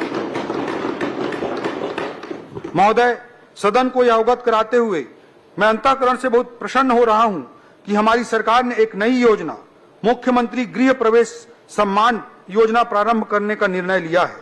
इसके तहत लाभार्थियों को सही समय पर आवास निर्माण कर गृह प्रवेश के उत्सव पर अतिरिक्त प्रोत्साहन राशि देने का निर्णय लिया गया है तथा इसके लिए इस बजट में 100 करोड़ रुपए का प्रावधान किया गया है। अध्यक्ष महोदय, रायपुर का नालंदा परिसर, उसकी सफल कहानी सर्वविदित है और युवाओं के बीच इसकी मांग को देखते हुए हमने 17 नए नगरीय निकायों में 17 नए प्रावधानों के तहत नगरीय निकायों में नालंदा परिसर विकसित करने का निर्णय लिया। इसके लिए बजट में 100 करोड़ रुपए का बजटीय प्रावधान किया गया। नवीन फायर स्टेशन निर्माण एवं क्षमता वृद्धि के लिए 44 करोड़ रुपए का बजट रखा गया। अध्यक्ष महोदय, छत्तीसगढ़ के विकास का हृदय यदि इसका शहरी क्षेत्र है तो इस विकास की धमनियां इसके गांवों से होकर गुजरती हैं। शहर एवं ग्रामीण विकास दोनों एक दूसरे के पूरक हैं। एक को हासिल किए बिना दूसरे की परिकल्पना नहीं की जा सकती। ग्रामीण विकास की दृष्टि से इस बजट में अनेक प्रावधान किए गए हैं, जिसमें से मैं कुछ का जिक्र करना चाहूंगा। ऐसे कई ग्रामीण मार्ग हैं जो आज भी बरसात में पुल के अभाव में कट जाते हैं। ऐसे पुलों के निर्माण के लिए 30 करोड़ रुपए का बजटीय प्रावधान किया गया है। गांव के अंदर मुख्यमंत्री ग्राम गौरव पथ योजना हेतु 100 करोड़ रुपए का प्रावधान किया गया है। ग्राम पंचायतों में छोटे अधोसंरचनाओं के निर्माण के लिए समग्र विकास योजना अंतर्गत 200 करोड़ रुपए का प्रावधान किया गया है। महतारी सदन निर्माण हेतु 50 करोड़ रुपए का प्रावधान किया गया है। राज्य की ग्राम पंचायतों में यूपीआई पेमेंट व्यवस्था को लागू करने के लिए 5 करोड़ रुपए का वित्तीय प्रावधान किया गया है।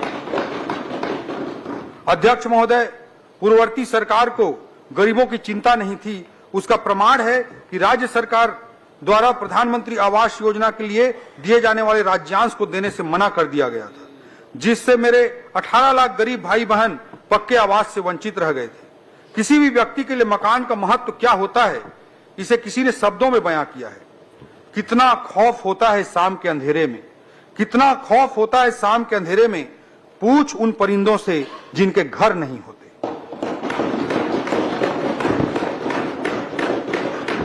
अध्यक्ष महोदय, हमने अपनी पहली कैबिनेट में मोदी की गारंटी के अंतर्गत महत्वपूर्ण बिंदु को पूरा करने के लिए 18 लाख प्रधानमंत्री आवास निर्माण को पूरा करने का संकल्प लिया है। इस वर्ष हमारे द्वारा प्रधानमंत्री आवास योजना ग्रामीण के लिए 8,500 करोड़ रुपए का वित्तीय प्रावधान किया गया है। विशेष पिछड़ी जनजाति समूहों पीवीटीजीज के आवास निर्माण के लिए विशेष प्रावधान करते हुए 300 करोड़ रुपए की व्यवस्था की गई है। महोदय, यह बताते हुए मुझे हर्ष हो रहा है कि प्रधानमंत्री आवास के क्राइटेरिया में और सरलीकरण अब होने जा रहा है। जिसके पास 2 पहिया वाहन है, जिसके पास 2.5 एकड़ तक सिंचित जमीन है, 5 एकड़ तक असिंचित भूमि है या जिनकी आय 15,000 रुपए प्रति माह है, उनको भी अब प्रधानमंत्री आवास योजना ग्रामीण का लाभ मिलेगा।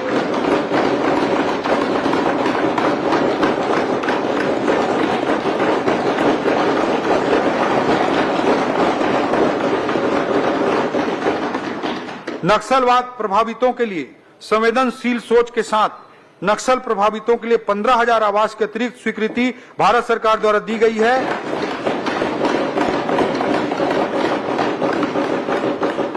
जो डबल इंजन सरकार का परिचायक है। प्रधानमंत्री श्री मोदी जी की प्रेरणा से राज्य में स्वच्छ भारत मिशन के गांवों में अत्यंत सराहनीय कार्य हुआ है। अतः इसी गति को बनाए रखने के लिए इस वर्ष हमने 200 करोड़ रुपए का बजटीय प्रावधान किया है। नवा रायपुर अटल नगर। अध्यक्ष महोदय, आजाद भारत में जब कभी भी शहरी विकास का इतिहास लिखा जाएगा तो इसमें मुझे तनिक भी संदेह नहीं है कि नवा रायपुर एक स्वर्णिम अध्याय के रूप में वर्णन किया जाएगा। नवा रायपुर छत्तीसगढ़ की अर्थव्यवस्था का ग्रोथ इंजन का पर्याय बनने जा रहा है और निश्चित तौर पर आने वाले समय में विकास के राष्ट्रीय मानचित्र पर छत्तीसगढ़ को नवा रायपुर मजबूती से स्थापित करेगा। आज नवा रायपुर में RBI, Union Bank, Indian Overseas Bank, PNB, Bank of India, NTPC, इन सब के क्षेत्रीय कार्यालय स्थापित हो चुके हैं। बालको कैंसर अस्पताल, सत्यसाई अस्पताल जैसे अनेक संस्थान भी नए कीर्तिमान स्थापित करके लोगों की सेवा कर रहे हैं। आज नवा रायपुर में EMC, electronic manufacturing cluster, IT क्षेत्र में भी यह एक बड़ा केंद्र बनकर उभर रहा है। आज यहां पर सेमीकंडक्टर, डेटा सेंटर जैसे क्षेत्रों के से संबंधित उद्योग भी आ रहे हैं। वेडिंग डेस्टिनेशन के रूप में भी नवा रायपुर ने पहचान बनाई है, जिसके कारण होटल इंडस्ट्री के लिए भी यह एक आकर्षक केंद्र बनकर उभर रहा है। नवा रायपुर में राष्ट्रीय एवं अंतर्राष्ट्रीय स्तर की मेडिकल सुविधा प्रदान करने के लिए 100 एकड़ में मेडिसिटी विकसित करने की योजना बनाई गई है। इसके अलावा लगभग 100 एकड़ क्षेत्र में नवा रायपुर में एजुसिटी विकसित करने के लिए भी बजटीय प्रावधान किया गया है।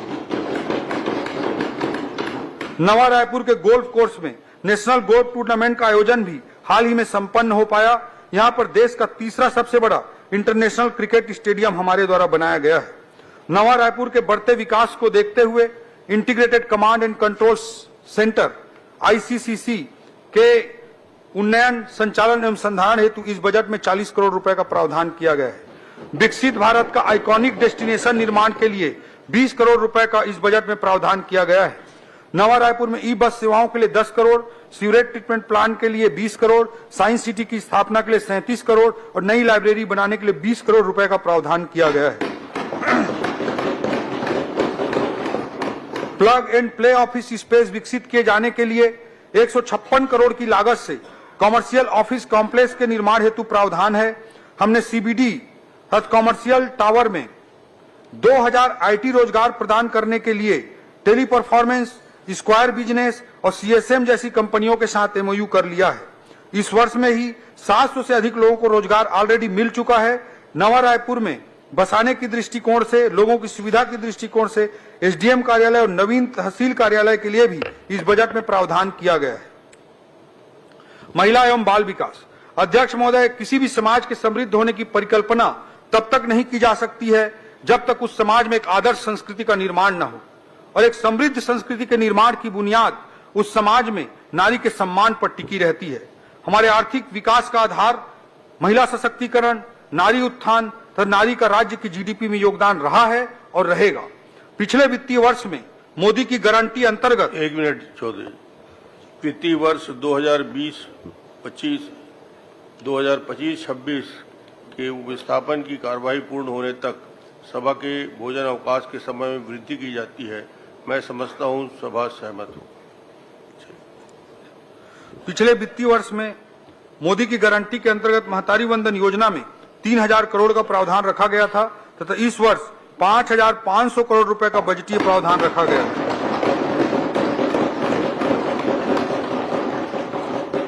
महतारी वंदन योजना ने हमारे छत्तीसगढ़ की माताओं बहनों को आत्मसम्मान और स्वाभिमान दिया है।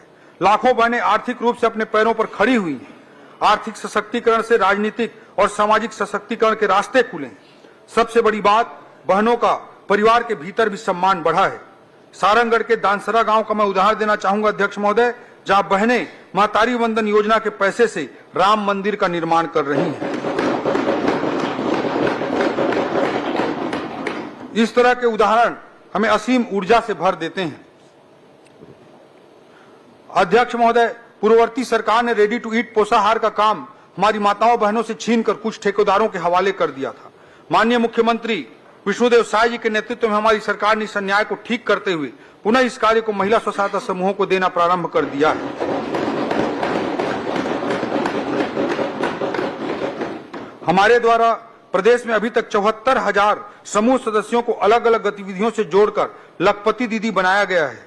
हमने अगले 3 वर्षों में 8 लाख महिला सदस्यों को लखपति दीदी बनाने का लक्ष्य रखा है। कामकाजी महिलाओं को बेहतर आवासीय सुविधा प्रदान करने के लिए 7 वर्किंग वुमन हॉस्टल निर्माण हेतु 79 करोड़ का प्रावधान इस बजट में किया गया है। बेटी बचाओ बेटी पढ़ाओ के तहत 5 करोड़, वन स्टॉप सेंटर सखी के लिए 20 करोड़, शहरी क्षेत्रों में 150 और ग्रामीण क्षेत्रों में 1200 नए आंगनवाड़ी भवन निर्माण हेतु 42 करोड़,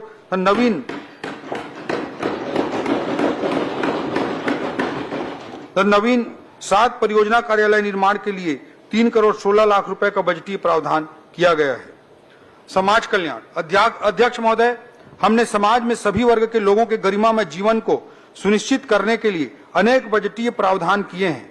राष्ट्रीय वृद्धावस्था पेंशन के लिए 200 करोड़, सुखद सारा योजना के लिए 125 करोड़, वरिष्ठ नागरिक सहायता योजना के लिए 4 करोड़, दिव्यांगजनों के शैक्षणिक संस्थानों के लिए 30 crore, physical referral rehabilitation centre का उन्नयन एक आदर्श कृत्रिम अंग निर्माण केंद्र के रूप में करने के लिए 5 करोड़, जसपुर नगर में दिव्यांग बच्चों के लिए आदर्श आवासीय परिसर निर्माण हेतु 2.5 करोड़, माना कैंप रायपुर में दिव्यांगों के विशेष विद्यालय हेतु भवन निर्माण के लिए 5 करोड़, भारत माता वाहिनी अंतर्गत नशा मुक्ति केंद्र संचालन हेतु 10 करोड़ एवं थर्ड जेंडर समुदाय के लिए समानता आधारित अवसरों को सुनिश्चित करने के लिए भी बजटीय प्रावधान किए गए हैं।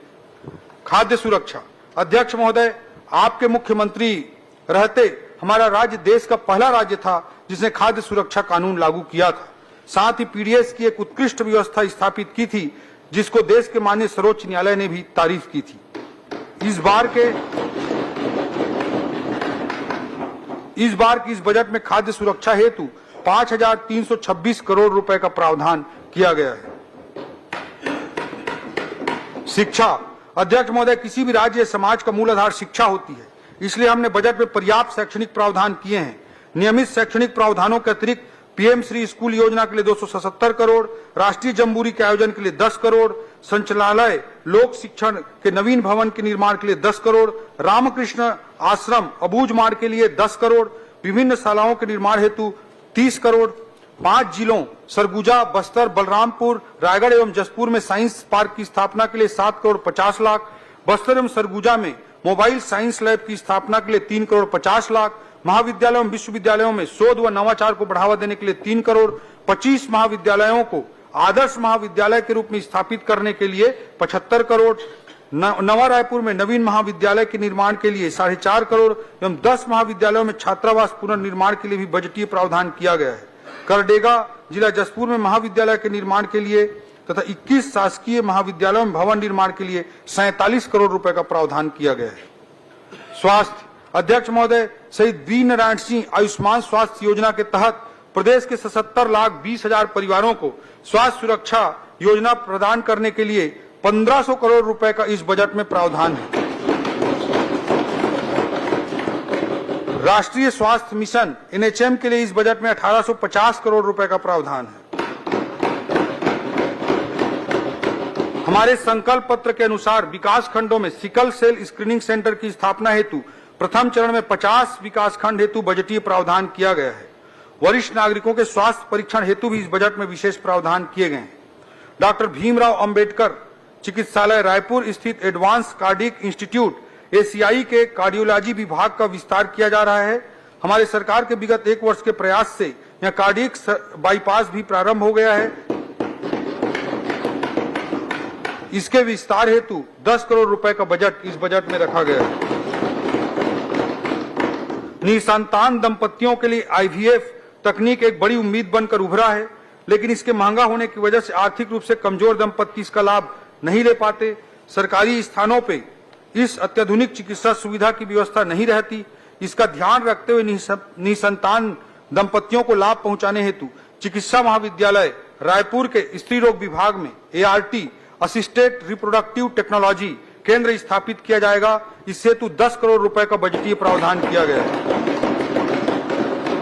यह प्रदेश के शासकीय मेडिकल कॉलेज में पहली बार इस तरह के सेंटर की स्थापना होगी।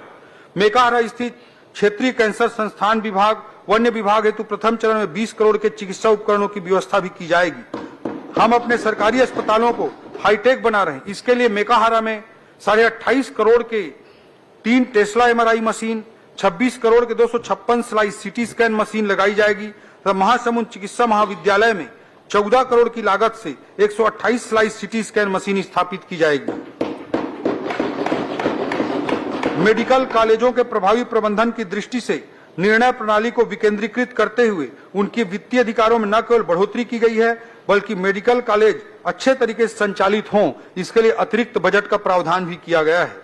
जनकपुर में 100 बिस्तर अस्पताल, जांजगीर चांपा एवं कोरबा जिला में 220 बिस्तर अस्पताल, राजा नवागांव जिला कबीरधाम, भेज्जी जिला सुकमा में PHC की स्थापना, पचपेड़ी बिलासपुर के PHC का CSC में उन्नयन, ग्राम कटवार मनेन्द्रगढ़ चिरमिरी भरतपुर में सब हेल्थ सेंटर, इनके लिए पदों का प्रावधान इस बजट में किया गया है।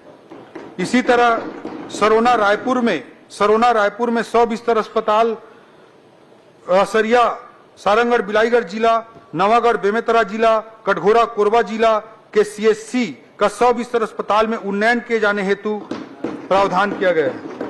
मोतिमपुर मुंगेली, भंडारपुरी रायपुर, सिरीमकेला जिला जसपुर में PHC की स्थापना, कोदबा जसपुर, धरसीवा रायपुर तथा तरेगांव जंगल कबीरधाम के CSC का उन्नयन, तखतपुर में मातृ शिशु अस्पताल की स्थापना करने हेतु भी पदों एवं भवनों के लिए आर्थिक प्रावधान किया गया है।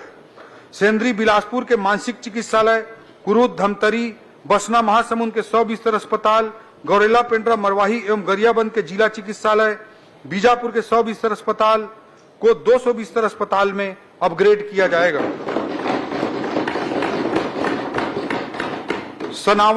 सनावल बलरामपुर जिला, पिपरिया कबीरधाम जिला, गिरौदपुरी बलौदा बाजार जिला, जरहागांव मुंगेली जिला में CHC हेतु ग्राम कोदवा गोडान कबीरधाम इस सब हेल्थ सेंटर के भवनों का निर्माण किए जाने हेतु आवश्यक प्रावधान किया गया है।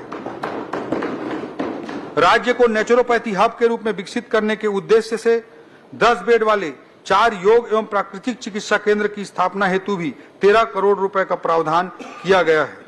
आयुर्वेद महाविद्यालय रायपुर के सुदृढ़ीकरण हेतु इस बजट में 4 करोड़ का प्रावधान है। इस बजट में विश्व स्तरीय मध्य भारत का सबसे बड़ा अत्याधुनिक इंटीग्रेटेड खाद्य एवं औषधि प्रयोगशाला लेबोरेटरी बनाने के लिए 45 करोड़ रुपए का प्रावधान किया गया है। कृषि एवं संबद्ध क्षेत्र, अध्यक्ष महोदय, खेती का मानव जीवन में इतना अधिक महत्व है कि हम खेती करने वालों को विकास की दौड़ में कैसे पीछे छूटने दे सकते हैं।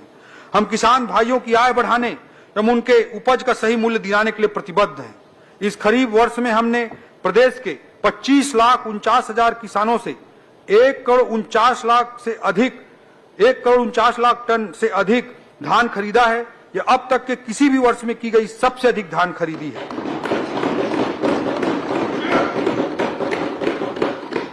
अध्यक्ष महोदय, जब से माननीय श्री विष्णुदेव साय जी के नेतृत्व में हमने कार्यभार संभाला है, प्रदेश के किसानों के खाते में विभिन्न योजनाओं के तहत लगभग 1 लाख करोड़ रुपए की राशि अंतरित की जा चुकी है।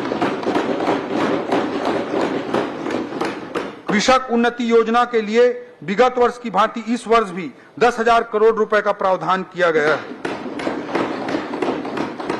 मोदी की गारंटी के तहत दीनदयाल उपाध्याय भूमिहीन कृषि मजदूर कल्याण योजना के माध्यम से 5,62,000 भूमिहीन मजदूरों को सालाना 10,000 रुपए की आर्थिक सहायता करते हुए इस वित्तीय वर्ष में 562 करोड़ का भुगतान किया जा चुका है। आगामी वर्ष हेतु इस योजना के अंतर्गत भूमिहीन कृषक मजदूरों के लिए 600 करोड़ रुपए का बजटीय प्रावधान किया गया है। कृषि पंपों के निःशुल्क विद्युत प्रदाय योजना अंतर्गत 3,500 करोड़ रुपए का बजट प्रावधान किया गया है। माननीय प्रधानमंत्री नरेंद्र मोदी जी ने किसान भाइयों को प्राकृतिक आपदाओं से होने वाले नुकसान से बचाने के लिए प्रधानमंत्री फसल बीमा योजना की शुरुआत की थी। इस योजना के अंतर्गत राज्यांश के लिए इस बजट में 750 करोड़ रुपए का प्रावधान किया गया है। मैं सदन को बताना चाहता हूं कि योजना की शुरुआत से अभी तक राज्य के किसानों द्वारा 1362 करोड़ रुपए का प्रीमियम अदा किया गया, जिसके विरुद्ध किसानों को अब तक 7156 करोड़ रुपए का क्लेम भुगतान किया जा चुका है। इस वर्ष से प्रदेश में उत्पादित होने वाले दलहन और तिलहन के फसलों को समर्थन मूल्य पर सरकार द्वारा खरीदे जाने का निर्णय लिया गया है। मुख्यमंत्री जी के निर्देश पर इसके लिए प्रधानमंत्री अन्नदाता आय संरक्षण अभियान के साथ क्लब करते हुए दलहन और तिलहन की फसलों के खरीदी के लिए बजट में 80 करोड़ रुपए का प्रावधान किया गया है। अनाज फसलों यथा धान, गेहूं, रागी, कोदो, कुटकी के साथ साथ दलहन तिलहन फसल के बीज उत्पादन एवं वितरण के लिए बजट में कृषक समग्र विकास योजना अंतर्गत 150 करोड़ रुपए का प्रावधान रखा गया है। हम आगामी वर्ष में राज्य में नैनो यूरिया और डीएपी को भी प्रोत्साहित करेंगे। ऑर्गेनिक खेती को बढ़ावा देने के लिए परंपरागत कृषि योजना के अंतर्गत 20 करोड़ रुपए का प्रावधान किया गया है। इसके साथ ही ऑर्गेनिक प्रमाणीकरण हेतु लगभग 24 करोड़ रुपए का प्रावधान किया गया है। एकीकृत वाटर शेड प्रबंधन कार्यक्रम अंतर्गत 200 करोड़, कृषि पंपों के ऊर्जीकरण के लिए 50 करोड़, गन्ना किसानों को बोनस प्रदान करने हेतु 60 करोड़ का प्रावधान किया गया है। अध्यक्ष महोदय, मुख्य कृषि के साथ साथ संबंधित गतिविधियां किसानों का आय बढ़ाने के लिए अत्यंत जरूरी हैं। बागवानी, हमने बागवानी क्षेत्र के विस्तार हेतु अनेक प्रावधान किए हैं। एकीकृत बागवानी मिशन के लिए 150 करोड़, आयल सीड्स एवं आयल पाम खाद्य तेल नेशनल मिशन अंतर्गत 30 करोड़, आयल पाम की खेती को बढ़ावा देने के लिए 25 करोड़, मसाला क्षेत्र विस्तार योजना अंतर्गत हल्दी एवं अदरक की खेती को बढ़ावा देने के लिए 5 करोड़ का बजटीय प्रावधान किया गया है। डेयरी, अध्यक्ष महोदय, हमने गुजरात के बनासकांठा का डेयरी मॉडल देखा है, जहां दुग्ध उत्पादन से किसान 25,000 से 1 लाख रुपए तक प्रति माह कमा रहे हैं। बनास डेयरी भारत ही नहीं एशिया की सबसे बड़ी डेयरी है। छत्तीसगढ़ में दुग्ध उत्पादन के जरिए किसानों की आय बढ़ाने के लिए हमने मुख्यमंत्री विष्णुदेव साय जी के मार्गदर्शन में national dairy development board NDDB के साथ समझौता किया है। इसके जरिए छत्तीसगढ़ दुग्ध महासंघ से जुड़ी समितियों को तकनीकी जानकारी और प्रशिक्षण दिया जाएगा। डेयरी विकास समग्र परियोजना हेतु 90 करोड़ रुपए का इस बजट में प्रावधान रखा गया है। मत्स्यिकी, आज राज्य में मत्स्य उत्पादन लगभग 8 लाख टन प्रतिवर्ष है। मत्स्य बीज के उत्पादन में हमारा राज्य न केवल आत्मनिर्भर है बल्कि पड़ोसी राज्यों को भी निर्यात कर रहा है। 3 नवीन हेचरी सह संवर्धन पोखर निर्माण 3 जिलों में किया जाएगा। ये जिला है मानपुर मोहला अंबागढ़, बलरामपुर रामानुजगंज, खैरागढ़ गंडई छुई खदान। इन 3 जिलों में हेचरी सह संवर्धन पोखर का निर्माण होगा। मत्स्य उत्पादन में विस्तार के लिए 12 करोड़ रुपए का प्रावधान किया गया है। इस बजट में बस्तर संभाग में 200 झींगा पालन इकाई स्थापित करने हेतु भी बजट प्रावधान किया गया है। मत्स्यिकी महाविद्यालय कवर्धा परिसर में विभिन्न निर्माण कार्यों हेतु 10 करोड़ रुपए का प्रावधान किया गया है।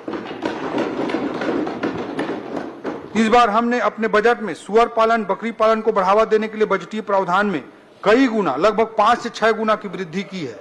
1 लाख मत्स्य एवं पशु पालकों को केसीसी उपलब्ध कराने का लक्ष्य रखा गया है। इसके अलावा कृषि विभाग के बजट में विभिन्न कार्यालय भवनों के लिए भी बजटीय प्रावधान किए गए हैं, जैसे संयुक्त संचालक कृषि बिलासपुर का, उप संचालक कृषि भवन मुंगेली, दुर्ग, बेमेतरा, बलौदाबाजार, जसपुर, कोरबा और सूरजपुर का, एसडीओ कार्यालय कृषि मुंगेली, बलौदाबाजार, पत्थलगांव, कोरबा, कटघोरा, शक्ति का, सहायक भूमि संरक्षण अधिकारी कार्यालय बलौदाबाजार, दुर्ग, कटघोरा का, मिट्टी परीक्षण प्रयोगशाला जगदलपुर, कोरबा का, वरिष्ठ कृषि विस्तार अधिकारी कार्यालय सरगुजा, उसूर, जसपुर, कुनकुरी, फरसाबहार, बगीचा, सहायक संचालन उद्यान कार्यालय गौरेला, पेंड्रा, मरवाही और सूरजपुर जिले का। इस तरह के अनेक प्रावधान किए गए हैं। भवानी साव, रामलाल साव कृषि अभियांत्रिकी एवं प्रौद्योगिकी महाविद्यालय मुंगेली के परिसर में नवीन शासकीय कृषि महाविद्यालय मुंगेली की स्थापना की जाएगी। इस हेतु 5 करोड़ रुपए का बजटीय प्रावधान किया गया है।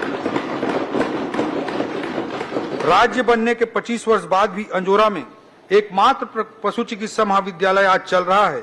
इस बजट में बिलासपुर में निर्माणाधीन महाविद्यालय में जो कामों की जरूरत है उसके लिए 7 करोड़ 27 लाख रुपए का प्रावधान किया गया है और हमारा प्रयास रहेगा कि अंजोरा में चल रहे पशु चिकित्सा महाविद्यालय के साथ साथ बिलासपुर में एक और महाविद्यालय काम करे, इसे इसी सत्र से प्रारंभ किया जाए, इसके लिए प्रयास है। सहकारिता अंतर्गत माननीय केंद्रीय गृह एवं सहकारिता मंत्री श्री अमित शाह जी ने सहकार से समृद्धि का नारा दिया है। इस सूत्र वाक्य को मानते हुए हमने अनेकों पहल किए हैं। पैक्स कंप्यूटरीकरण योजना के अंतर्गत प्रथम चरण में राज्य के 2028 पैक्स का कंप्यूटरीकरण करने के लिए 24 करोड़ का प्रावधान किया गया है। सहकारी समितियों को सुविधा संपन्न बनाने की दृष्टि से 500 गोदाम सह कार्यालय भवन के निर्माण के लिए 75 करोड़ रुपए का प्रावधान किया गया है। प्रदेश के शक्कर कारखानों की कार्यशील पूंजी हेतु 40 करोड़ रुपए का प्रावधान किया गया है। जल संसाधन अध्यक्ष महोदय, राज्य में सुदृढ़ सिंचाई व्यवस्था कृषि विकास, खाद्य सुरक्षा एवं समृद्ध ग्रामीण अर्थव्यवस्था की बुनियाद है। प्रदेश में ऐसे सैकड़ों सिंचाई परियोजनाएं हैं जो विगत कई वर्षों से अपूर्ण हैं। इन परियोजनाओं को आगामी वर्षों में कार्य योजना बनाकर शीघ्र पूरा करने के उद्देश्य से हमने अटल सिंचाई योजना लागू करने का निर्णय लिया है, ताकि पुरानी सिंचाई योजनाएं समयबद्ध ढंग से पूरी की जा सके। इस पूरी कार्य अवधि में लगभग 5,000 करोड़ रुपए व्यय करके 1 लाख हेक्टेयर से अधिक क्षेत्र में सिंचाई क्षमता सृजित करने का साहसी लक्ष्य रखा गया है।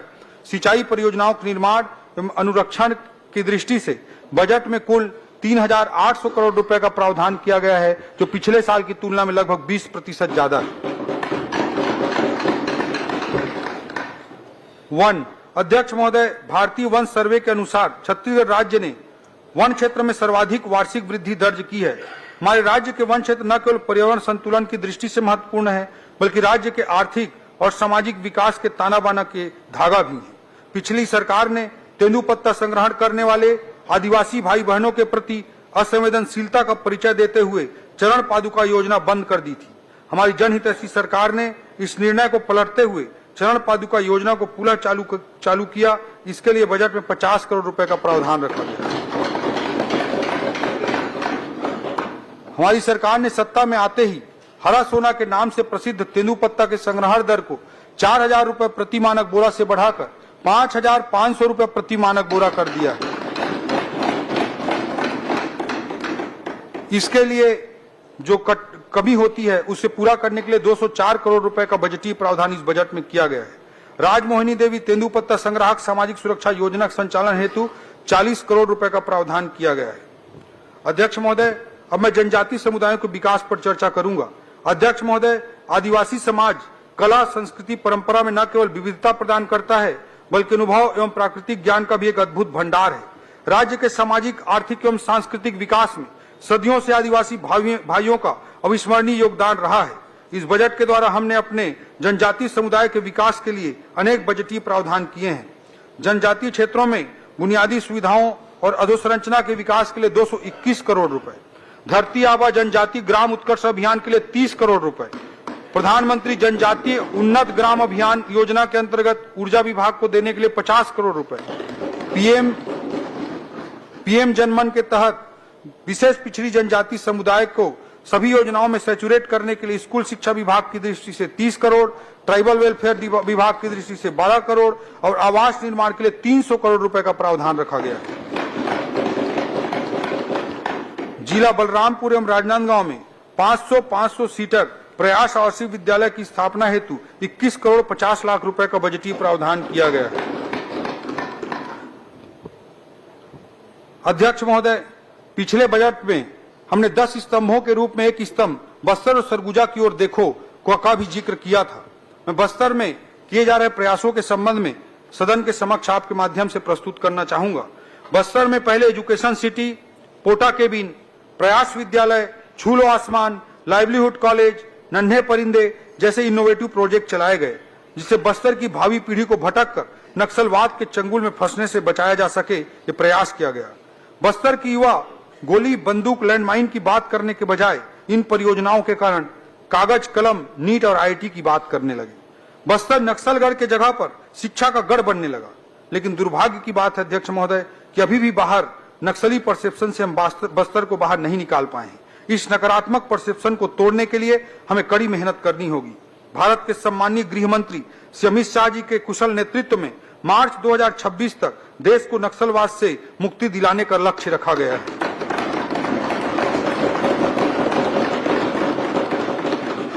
हमारे छत्तीसगढ़ के मुख्यमंत्री एवं उप मुख्यमंत्री जी की अगुवाई में हमने नक्सलवाद पर प्रचंड प्रहार करते हुए मात्र 1.25 साल के छोटे अंतराल में 305 से अधिक नक्सलियों को मार गिराया है तथा लगभग 1000 नक्सलियों को आत्मसमर्पण करा के मुख्य धारा से जोड़ने का काम किया है। नक्सलवाद से मुक्ति के साथ ही बस्तर के नक्सल प्रभावित क्षेत्र में विकास का मार्ग प्रशस्त हो रहा है और अब वहां गोलियों की गूंज नहीं बल्कि स्कूलों की घंटियां और मांदर के थाप सुनाई पड़ने लगे हैं। अब बस्तर की फिजाओं में दहशत का सन्नाटा नहीं बल्कि महुआ की भीनी भीनी खुशबू का एहसास होने लगा है। आज जहां कोंटा ब्लॉक के पुअर्ती जैसे गांव जो माओवादी हिंसा के केंद्र बिंदु थे, वहां पर पहली बार लोगों ने पंचायत चुनाव में बढ़ चढ़कर हिस्सा लिया और लोकतंत्र पर अपना भरोसा जताया है। इस वर्ष बस्तर ओलंपिक का आयोजन किया गया जिसमें 1,65,000 लोगों ने हिस्सा लिया। इसमें 300 से अधिक ऐसे खिलाड़ी थे जो आत्मसमर्पित नक्सली थे। इस नए वित्तीय वर्ष में बस्तर ओलंपिक के आयोजन के लिए भी बजट का प्रावधान किया गया है। बस्तर के जनमानस में स्वस्थ, सकारात्मक एवं सृजनात्मक भावना उत्पन्न करने के लिए जगह जगह पर योग शिविर का आयोजन किया जाएगा। इसके लिए भी इस बजट में 2 करोड़ रुपए का बजटीय प्रावधान किया गया है। अध्यक्ष महोदय, बस्तर पर्व, त्योहार, मेला मड़ाई और उत्सवों का सदैव केंद्र बिंदु रहा है और वहां की संस्कृति की यही पहचान है। बस्तर मड़ाई और बस्तर में मैराथन के लिए भी इस बजट में प्रावधान किया गया है। बस्तर के सांस्कृतिक वैशिष्ट, समृद्ध प्रकृति और जलवायु की विशिष्टता के कारण इको और फार्म टूरिज्म की संभावनाएं, जैव विविधता अवलोकन एवं टूरिज्म जोन के निर्माण के लिए 10 करोड़ रुपए का बजटीय प्रावधान किया गया है। बस्तर में जैसे जैसे नक्सलवाद का सूर्यास्त हो रहा है, वह समग्र विकास के दृष्टिकोण से नियत नेल्लानार अर्थात मेरा सुंदर गांव योजना के माध्यम से नक्सल प्रभावित गांवों को हितग्राही मूलक योजनाओं से सैचुरेट करने का लक्ष्य रखा गया है। इसके लिए इस बजट में 25 करोड़ रुपए का प्रावधान अतिरिक्त किया गया है। अध्यक्ष महोदय, इस खरीफ सीजन में सिर्फ बस्तर क्षेत्र के लगभग 2.5 लाख किसान भाइयों से 14 लाख मीट्रिक टन धान की रिकॉर्ड खरीदी की गई तथा लगभग 3,228 करोड़ उनके खाते में सीधे भुगतान किए गए हैं। अध्यक्ष महोदय, हमारा प्रयास यह भी है कि कोंडा गांव के नवनिर्मित एथेनॉल प्लांट भी इसी वित्तीय वर्ष में प्रारंभ हो सके, जिससे कि क्षेत्र के किसानों को इसका बहुप्रतीक्षित लाभ मिलना शुरू हो जाए। अध्यक्ष महोदय, इसी तरह सरगुजा का अंचल भी हमारे छत्तीसगढ़ की दृष्टि से अत्यंत महत्वपूर्ण है। पिछली सरकार में सरगुजा क्षेत्र लगातार उपेक्षाओं का शिकार रहा, लेकिन माननीय विष्णुदेव साय जी के नेतृत्व में अब सरगुजा क्षेत्र में विकास के नए युग का प्रारंभ हुआ है। सरगुजा अंचल के सभी जिलों के समग्र और संतुलित विकास हेतु हमारी सरकार ने इस बजट में अनेकों प्रावधान किए हैं। हमारी सरकार आने के बाद अंबिकापुर मेडिकल कॉलेज हेतु 118 करोड़ रुपए हमने जारी किए हैं।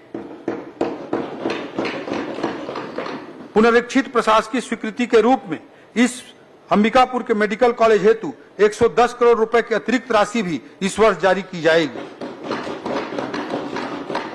सरगुजा में बांस की खेती के लिए 10 करोड़ रुपए का प्रावधान किया गया है। जसपुर पर्यटन सर्किट, जिसमें तातापानी, सेमरसोत अभ्यारण्य, पंडरापाट, जसपुर, मयाली, कुनकुरी, कैलाश गुफा, मैनपाट आदि शामिल हैं। इस टूरिस्ट सर्किट के लिए 10 करोड़ रुपए का प्रावधान किया गया है। बलरामपुर में प्रयास विद्यालय स्थापना हेतु 20 करोड़ का प्रावधान। सरगुजा अंचल के दूरस्थ क्षेत्रों में अच्छी स्वास्थ्य सुविधाएं देने के लिए कुनकुरी में मेडिकल कॉलेज, मनेन्द्रगढ़ में मेडिकल कॉलेज भवन, मनेन्द्रगढ़ में मानसिक रोगी अस्पताल हेतु भी बजटीय प्रावधान किए गए हैं। जसपुर एवं मनेन्द्रगढ़ में प्राकृतिक चिकित्सा केंद्र और फिजियोथेरेपी केंद्र हेतु भी बजट प्रावधान किया गया है। अंबिकापुर इंजीनियरिंग कॉलेज के भवन निर्माण का भी इस बजट में प्रावधान किया गया है। बैकुंठपुर, बलरामपुर और जसपुर में नर्सिंग कॉलेज, एडवेंचर टूरिज्म के तहत मयाली क्षेत्र में पर्यटन विकास हेतु 5 करोड़, सरगुजा में केंद्रीय उपकरण प्रयोगशाला, उर्वरक गुण नियंत्रण प्रयोगशाला का भी प्रावधान है। छत्तीसगढ़ क्रीड़ा प्रोत्साहन योजना अंतर्गत सरगुजा क्षेत्र में स्टेडियम निर्माण का भी प्रावधान किया गया है। इन प्रावधानों के माध्यम से हम सरगुजा के लोगों को बेहतर सुविधाएं, अवसर और बेहतर जीवन स्तर देने का प्रयास कर रहे हैं। हमारी सरकार का उद्देश्य है कि सरगुजा क्षेत्र प्रदेश के विकास में महत्वपूर्ण भूमिका निभाए और यहाँ के निवासियों का सर्वांगीण विकास हो। अध्यक्ष महोदय, बस्तर एवं सरगुजा क्षेत्र में कम घनत्व वाले आबादी के क्षेत्र होने के कारण सार्वजनिक यातायात के साधन बस आदि पर्याप्त नहीं होते हैं। अतः हमारी सरकार ने पंचायतों से ब्लॉक मुख्यालय और जिला मुख्यालय तक सुगम यातायात व्यवस्था उपलब्ध कराने के लिए एक नई योजना बनाया है। मुख्यमंत्री जी के निर्देशानुसार मुख्यमंत्री सुगम यातायात योजना का प्रावधान किया गया है। इसके लिए 25 करोड़ रुपए का बजटीय प्रावधान किया गया है। इसे ग्रामीण क्षेत्रों में निवासरत विद्यार्थी, शिक्षक, किसान, मजदूर, व्यवसायी जिन्हें अपने व्यवसायिक आवश्यकताओं, उत्पादों की बिक्री, उन्नत इलाज, पठन पाठन, तहसील कार्यालय, एसडीएम कार्यालय में काम करने के लिए जो जाना पड़ता है, उस आवागमन में उनको सीधी सुविधा होगी और इसका सीधा सीधा गरीब लोगों को लाभ मिलेगा। इसके अतिरिक्त बस्तर एवं सरगुजा प्राधिकरण के लिए भी 50-50 करोड़ रुपए का बजटीय प्रावधान किया गया है। अध्यक्ष महोदय, ऊर्जा अंतर्गत घरेलू उपभोक्ताओं को विद्युत देयकों में राहत योजना के अंतर्गत 1000 रुपए का बजटीय प्रावधान किया गया है। एकल बत्ती कनेक्शन का लाभ कुल 15,63,000 से अधिक हितग्राहियों को प्राप्त हो रहा है। इस योजना हेतु 500 करोड़ रुपए का बजटीय प्रावधान किया गया है। पीएम कुसुम योजना के क्रियान्वयन में पूर्ववर्ती सरकार का रवैया अत्यंत उदासीन रहा, जिसका खामियाजा छत्तीसगढ़ की जनता को भुगतना पड़ा। किंतु अब माननीय विष्णुदेव साय जी की सरकार ने इस योजना के क्रियान्वयन का निर्णय करते हुए 362 करोड़ रुपए का प्रावधान किया है। हाफ बिजली बिल से मुफ्त बिजली योजना हेतु भारत सरकार की पीएम सूर्य घर योजना अंतर्गत अतिरिक्त लाभ हितग्राहियों को देने के लिए बजट में 200 करोड़ रुपए का प्रावधान किया गया है।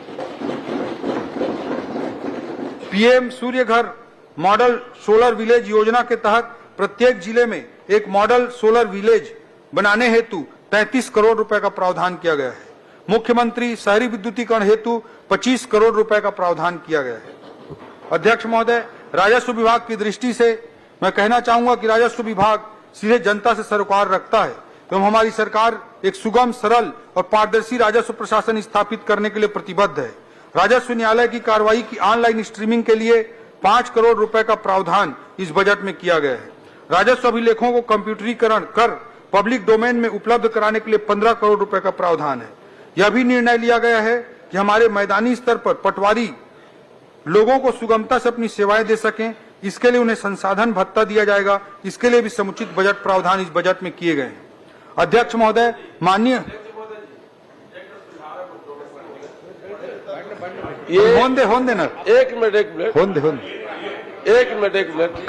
अध्यक्ष महोदय, माननीय मुख्यमंत्री विष्णुदेव साय जी के नेतृत्व में हमने अचल संपत्ति के अंतरण पर एक विशेष प्रावधान है, इसको सुने सभी लोग ध्यान से, मेरा रिक्वेस्ट है।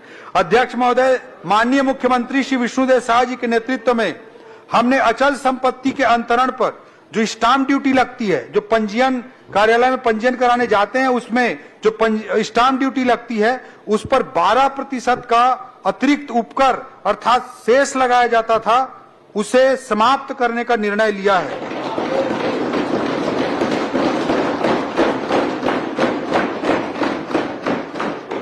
कानून व्यवस्था अंतर्गत अध्यक्ष महोदय, हमारे राज्य में कानून व्यवस्था चुस्त दुरुस्त करने, रिस्पॉन्सिबल एवं रिस्पॉन्सिव पुलिसिंग के लिए बजट में विशेष प्रावधान किए गए हैं। आज आधुनिक युग में जिस तरह से समाज का आधुनिकीकरण हो रहा है, उसी तरह अपराध के भी नए नए रूप देखने को मिल रहे हैं, जैसे कि साइबर क्राइम, साइबर अरेस्ट आदि। इसी वर्ष 5 नवीन साइबर थाने बलौदाबाजार भाटापारा जिला, धमतरी, महासमुंद, जांजगीर चांपा तथा जसपुर में खोले जाएंगे। साइबर एवं वित्तीय अपराध के रोकथाम, विवेचना इत्यादि के लिए विशेषज्ञों के सेवा प्राप्त करने एवं साइबर फॉरेंसिक शाखाओं को फॉरेंसिक उपकरणों, सॉफ्टवेयर इत्यादि के लिए भी बजटीय प्रावधान किया गया है।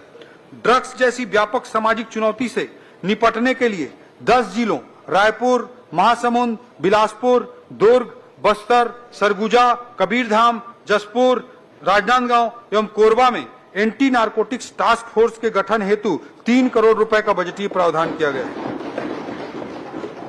इसके साथ ही किसी भी विशेष परिस्थिति से निपटने के लिए एनएसजी की तर्ज पर एक आधुनिक force SOG special operation group का गठन करने का निर्णय हमारी सरकार ने लिया है। राज्य में बढ़ते औद्योगिकरण के परिप्रेक्ष्य में औद्योगिक इकाइयों के सुरक्षा की दृष्टि से केंद्र के सीआईएसएफ की तर्ज पर SISF state industrial security force के गठन का निर्णय करते हुए इस बजट में प्रावधान किया गया है। नक्सलवाद को समाप्त करने की लड़ाई में बस्तर फाइटर्स का सराहनीय योगदान रहा है और इसे देखते हुए इस वर्ष 3200 अतिरिक्त बस्तर फाइटर्स, 3200 अतिरिक्त बस्तर फाइटर्स के पदों के सृजन का प्रावधान किया गया है। 6 नवगठित जिलों में अजाक थाना, कोरबा, जांजगीर एवं सूरजपुर में 3 नवीन महिला थाना तथा सुकमा जिले के 2 नक्सल प्रभावित गांव एलमागुंडा तथा डब्बा कोंटा में नवीन पुलिस थाना हेतु भी बजटीय प्रावधान किया गया है। पुलिस बल को मजबूत करने के लिए एक नवीन भारत रक्षित वाहिनी का गठन किया जाएगा। इसके नवीन पदों के लिए बजट में 39 करोड़ रुपए का प्रावधान किया गया है। अध्यक्ष महोदय, जनसंपर्क विभाग शासन के कार्यों को जनता तक पहुंचाने का कार्य करता है। इस बजट में जनसंपर्क विभाग के लिए 550 करोड़ रुपए का बजटीय प्रावधान किया गया है। इस बजट में पत्रकार साथियों के समाज में विशेष योगदान को देखते हुए माननीय मुख्यमंत्री जी के निर्देश पर अनेक प्रावधान किए गए हैं। रायपुर में प्रेस क्लब के रिनोवेशन एवं विस्तार हेतु 1 करोड़ रुपए का बजटीय प्रावधान किया गया है। पत्रकार सम्मान निधि की राशि को दोगुना करते हुए 10,000 से बढ़ाकर 20,000 रुपए करने का निर्णय लिया गया है। पत्रकार साथियों के एक्सपोजर विजिट के लिए 1 करोड़ रुपए का बजटीय प्रावधान किया गया है। अध्यक्ष महोदय, इस बार माननीय मुख्यमंत्री विष्णुदेव साय जी के नेतृत्व में राज्य में प्रवासी सम्मेलन भी कराने का निर्णय किया गया है और इसके लिए बजट में प्रावधान किया गया है। अध्यक्ष महोदय, हमारी सरकार ने अभी निर्णय लिया है कि शासकीय कर्मचारियों को मिलने वाला महंगाई भत्ता डीए बढ़ाकर 53% कर दिया जाएगा।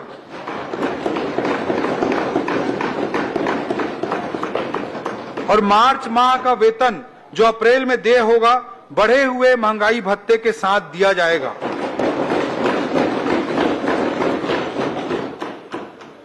वित्तीय अनुशासन वर्ष 2025-26 का बजट अनुमान। अध्यक्ष महोदय, अब मैं वित्तीय वर्ष 2025-26 का बजट अनुमान सदन के समक्ष प्रस्तुत करता हूं। बजट अनुमान सरकार की योजनाओं और प्राथमिकताओं का स्पष्ट प्रतिबिंब होता है। ये केवल संख्याएं मात्र नहीं है अध्यक्ष महोदय, बल्कि सरकार की प्रतिबद्धता का प्रतीक है कि हम छत्तीसगढ़ के विकास और कल्याण के लिए कितनी दूर तक जाने को तैयार हैं। प्राप्तियों का मैं जिक्र करना चाहूंगा अध्यक्ष महोदय। वर्ष 2025-26 में 1,65,100 करोड़ की कुल प्राप्ति का अनुमान है, जो गत वर्ष की अनुमानित प्राप्तियों से 12% अधिक है। कुल प्राप्तियों में राज्य की राजस्व प्राप्तियां 76,000 करोड़, केंद्र से प्राप्तियां 65,000 करोड़ एवं पूंजीगत प्राप्तियां 24,100 करोड़ रुपया अनुमानित है। राज्य की राजस्व प्राप्तियों में कर राजस्व 54,000 करोड़ एवं करेत्तर राजस्व 22,000 करोड़ अनुमानित है। हमारी सरकार द्वारा राजस्व संग्रहण के लिए आधुनिक तकनीकों का उपयोग तथा प्रशासन को सरल और पारदर्शी बनाने के लिए अनेक उपाय किए जा रहे हैं। इससे बिना कोई नया कर अधिरोपित किए राज्य के स्वयं के राजस्व में 11% वृद्धि का अनुमान किया गया है। अध्यक्ष महोदय, व्यय की दृष्टि से वर्ष 2024-25 के लिए कुल व्यय 1,65,000 करोड़ रुपए अनुमानित है, जिसमें राजस्व व्यय 1,38,196 करोड़ एवं पूंजीगत व्यय 26,341 करोड़ अनुमानित है। वर्ष 2024-25 में पूंजीगत व्यय का प्रावधान 22,300 करोड़ था। वर्ष 2025-26 में 26,341 करोड़ रुपए का प्रावधान किया गया है, जो कि गत वर्ष की तुलना में 18% अधिक है। अध्यक्ष महोदय, किसी भी देश, राज्य या संस्था के लगातार विकास में वित्तीय अनुशासन का बहुत अधिक महत्व होता है। जैसा कि हमने 2047 के विजन को सामने रखा है, इसलिए दीर्घकालिक समय अवधि में राज्य को वित्तीय अनुशासन में रखने के लिए हम कटिबद्ध हैं। इस वित्तीय वर्ष में कंसोलिडेटेड सिंकिंग फंड सीएसएफ में 480 करोड़ रुपए का हमने निवेश किया है, जिसके फलस्वरूप सीएसएफ फंड की हमारी कुल राशि अब 8,000 करोड़ से ज्यादा हो गई है। वर्ष 2025-26 में सीएसएफ में 100 करोड़ रुपए और अतिरिक्त निवेश का प्रावधान हमने किया है। इस सीएसएफ वित्तीय स्टेबिलिटी के लिए वित्तीय स्थिरता के लिए, फाइनेंशियल कंसोलिडेशन के लिए अत्यंत आवश्यक है और देश के बेस्ट 3 परफॉर्मिंग स्टेट में आज हमारा छत्तीसगढ़ खड़ा है।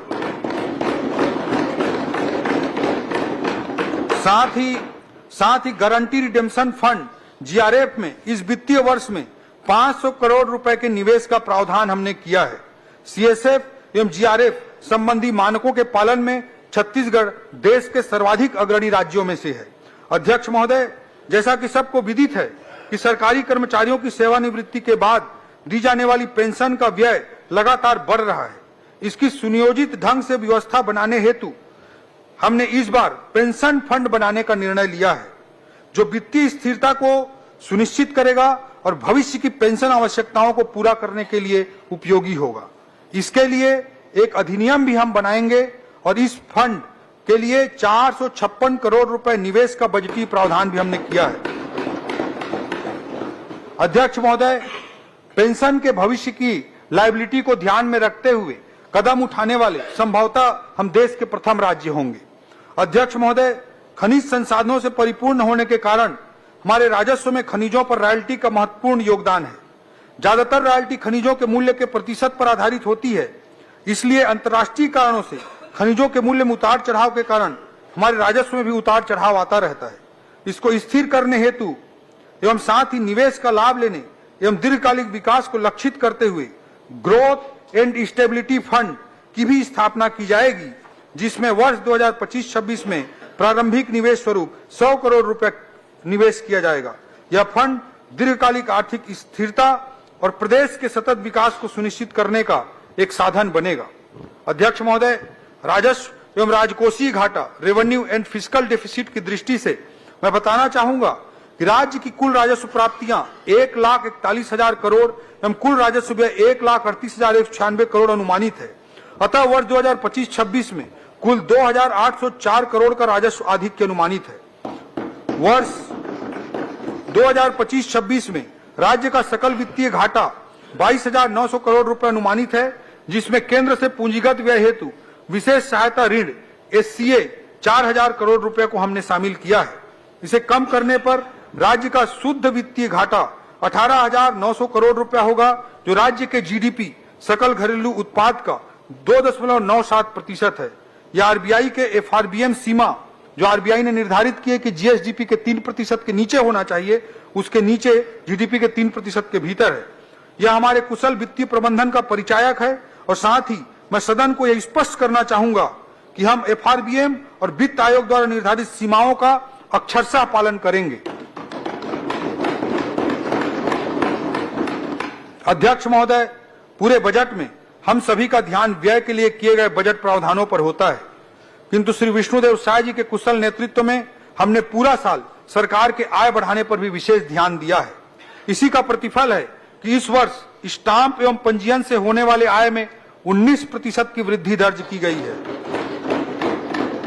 परिवहन से आने वाले आय में 17% की वृद्धि दर्ज की गई है। आबकारी के आय में 21% और जीएसटी से आने वाले आय में 15% से अधिक की वृद्धि हुई है। यह केवल और केवल हमारी सरकार की ईमानदार प्रयास का नतीजा है। अध्यक्ष महोदय, कर प्रस्तावों के अंतर्गत कुछ मैं महत्वपूर्ण बिंदुओं का उल्लेख करना चाहूंगा। अध्यक्ष महोदय, केंद्र में भी माननीय प्रधानमंत्री नरेंद्र मोदी जी की सरकार ने सभी वर्गों को राहत देते हुए आयकर में छूट की सीमा को अभूतपूर्व रूप से बढ़ाकर 12 लाख कर दिया। इससे निश्चित तौर पर जनमानस के व्यय योग्य आय एवं बचत में वृद्धि होगी। इससे वस्तुओं और सेवाओं के उपभोग में अर्थव्यवस्था में उछाल आएगा। वर्तमान में राज्य के अंदर 50,000 रुपए से अधिक कर योग्य वस्तु के परिवहन के लिए जीएसटी अंतर्गत ईवे बिल जनरेट करने का प्रावधान है। छोटे व्यवसायियों को राहत देने और ईज ऑफ डूइंग बिजनेस की दृष्टि से ईवे बिल जनरेट करने की मूल्य सीमा कुछ आपवादिक वस्तुओं को छोड़कर 50,000 रुपए से बढ़ाकर 1 लाख रुपए की जाएगी। राज्य में बड़ी संख्या में छोटे व्यवसायियों पर कई वर्षों से पुराना वैट बकाया है। ऐसे व्यवसायियों के लिए बकाया कर माफी योजना का निर्णय भी जीएसटी विभाग के अंतर्गत लिया गया है। 10 वर्ष से ज्यादा पुराने प्रकरणों जिसमें वैट और सीएसटी तब प्रवेश कर 25,000 रुपए से कम देय है उनकी बकाया राशि माफ कर दी जाएगी। इससे शासन को देय लगभग 11 करोड़ के लगभग की राशि माफ होगी, लेकिन इससे 62,000 से अधिक प्रकरणों का निराकरण संभव हो सकेगा और 40,000 से अधिक व्यवसायियों को इसका लाभ मिलेगा। राशि की माफी से अधिक महत्वपूर्ण प्रक्रियाओं से मुक्ति है। वकील लेके ऑफिस में खड़ा नहीं होना पड़ेगा। कंप्लायंस बर्डन और ईज ऑफ डूइंग बिजनेस की दृष्टि से यह छत्तीसगढ़ राज्य द्वारा उठाया गया, मुख्यमंत्री जी के मार्गदर्शन में उठाया गया ऐतिहासिक कदम है।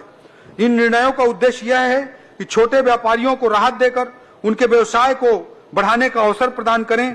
प्रदेश में कर अनुपालन का सकारात्मक वातावरण निर्मित हो। हमारी सरकार ने इस वित्तीय वर्ष में बल्क डीजल क्रय पर मुख्यमंत्री जी के मार्गदर्शन में वैट को घटाकर 17% किया था, ताकि स्थानीय उद्योगों को इसका लाभ मिले एवं अन्य राज्यों की कम दर से छत्तीसगढ़ को होने वाले राजस्व नुकसान को रोका जा सके।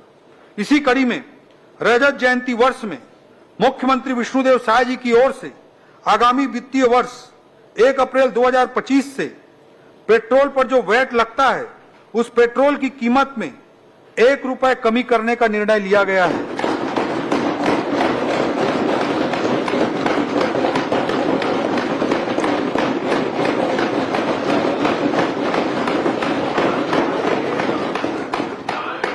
अध्यक्ष महोदय, यह बजट एक इंक्रीमेंटल बजट नहीं है। 10% बढ़ाकर अनुमानों को आंकड़ों में सजाकर प्रस्तुत कर देने का नाम बजट नहीं होता। अध्यक्ष महोदय, यह बजट छत्तीसगढ़ की ग्रोथ स्टोरी के प्रति हमारी आस्था का प्रतीक है। आस्था के एक अर्थ है aspirational, S strategic, T transformational, H honest, A action. अध्यक्ष महोदय, यह बजट छत्तीसगढ़ की ग्रोथ स्टोरी के प्रति हमारी आस्था का प्रतीक है। यह बजट एस्पिरेशनल है, यह बजट स्ट्रेटेजिक है, यह बजट ट्रांसफॉर्मेशनल है और यह बजट हमारे ऑनेस्ट एक्शन की एक रूपरेखा है।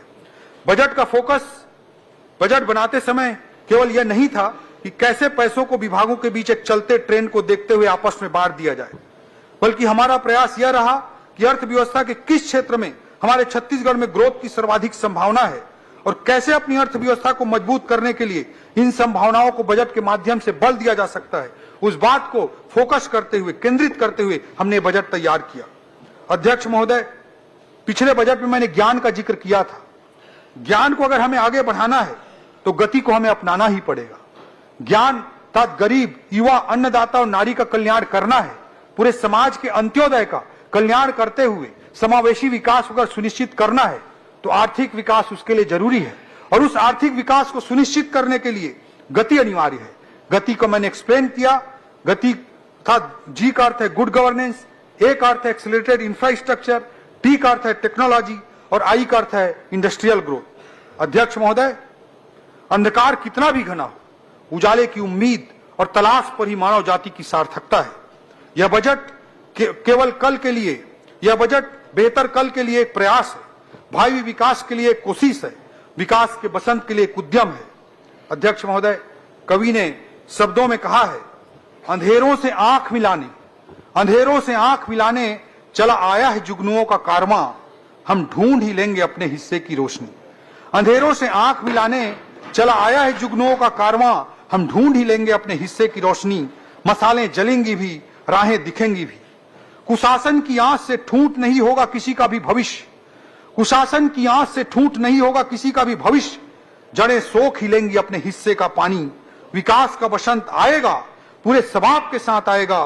कोपलें फिर से फूटेंगी, कोयले फिर से कूकेंगी। अध्यक्ष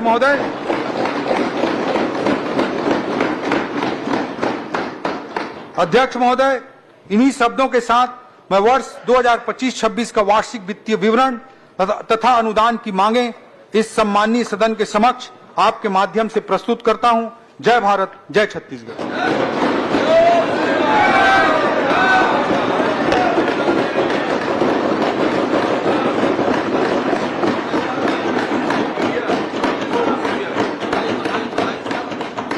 मैं आय व्यय पर सामान्य चर्चा के लिए दिनांक 4 एवं 5 मार्च 2025 की तिथियां निर्धारित करता हूं।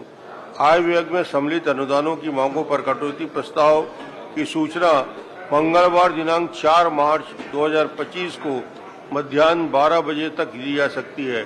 कटौती प्रस्ताव के प्रपत्र सूचना कार्यालय से प्राप्त कर सकते हैं। सभा की कार्यवाही मंगलवार दिनांक 4 मार्च 2025 11 बजे तक के लिए स्थगित है।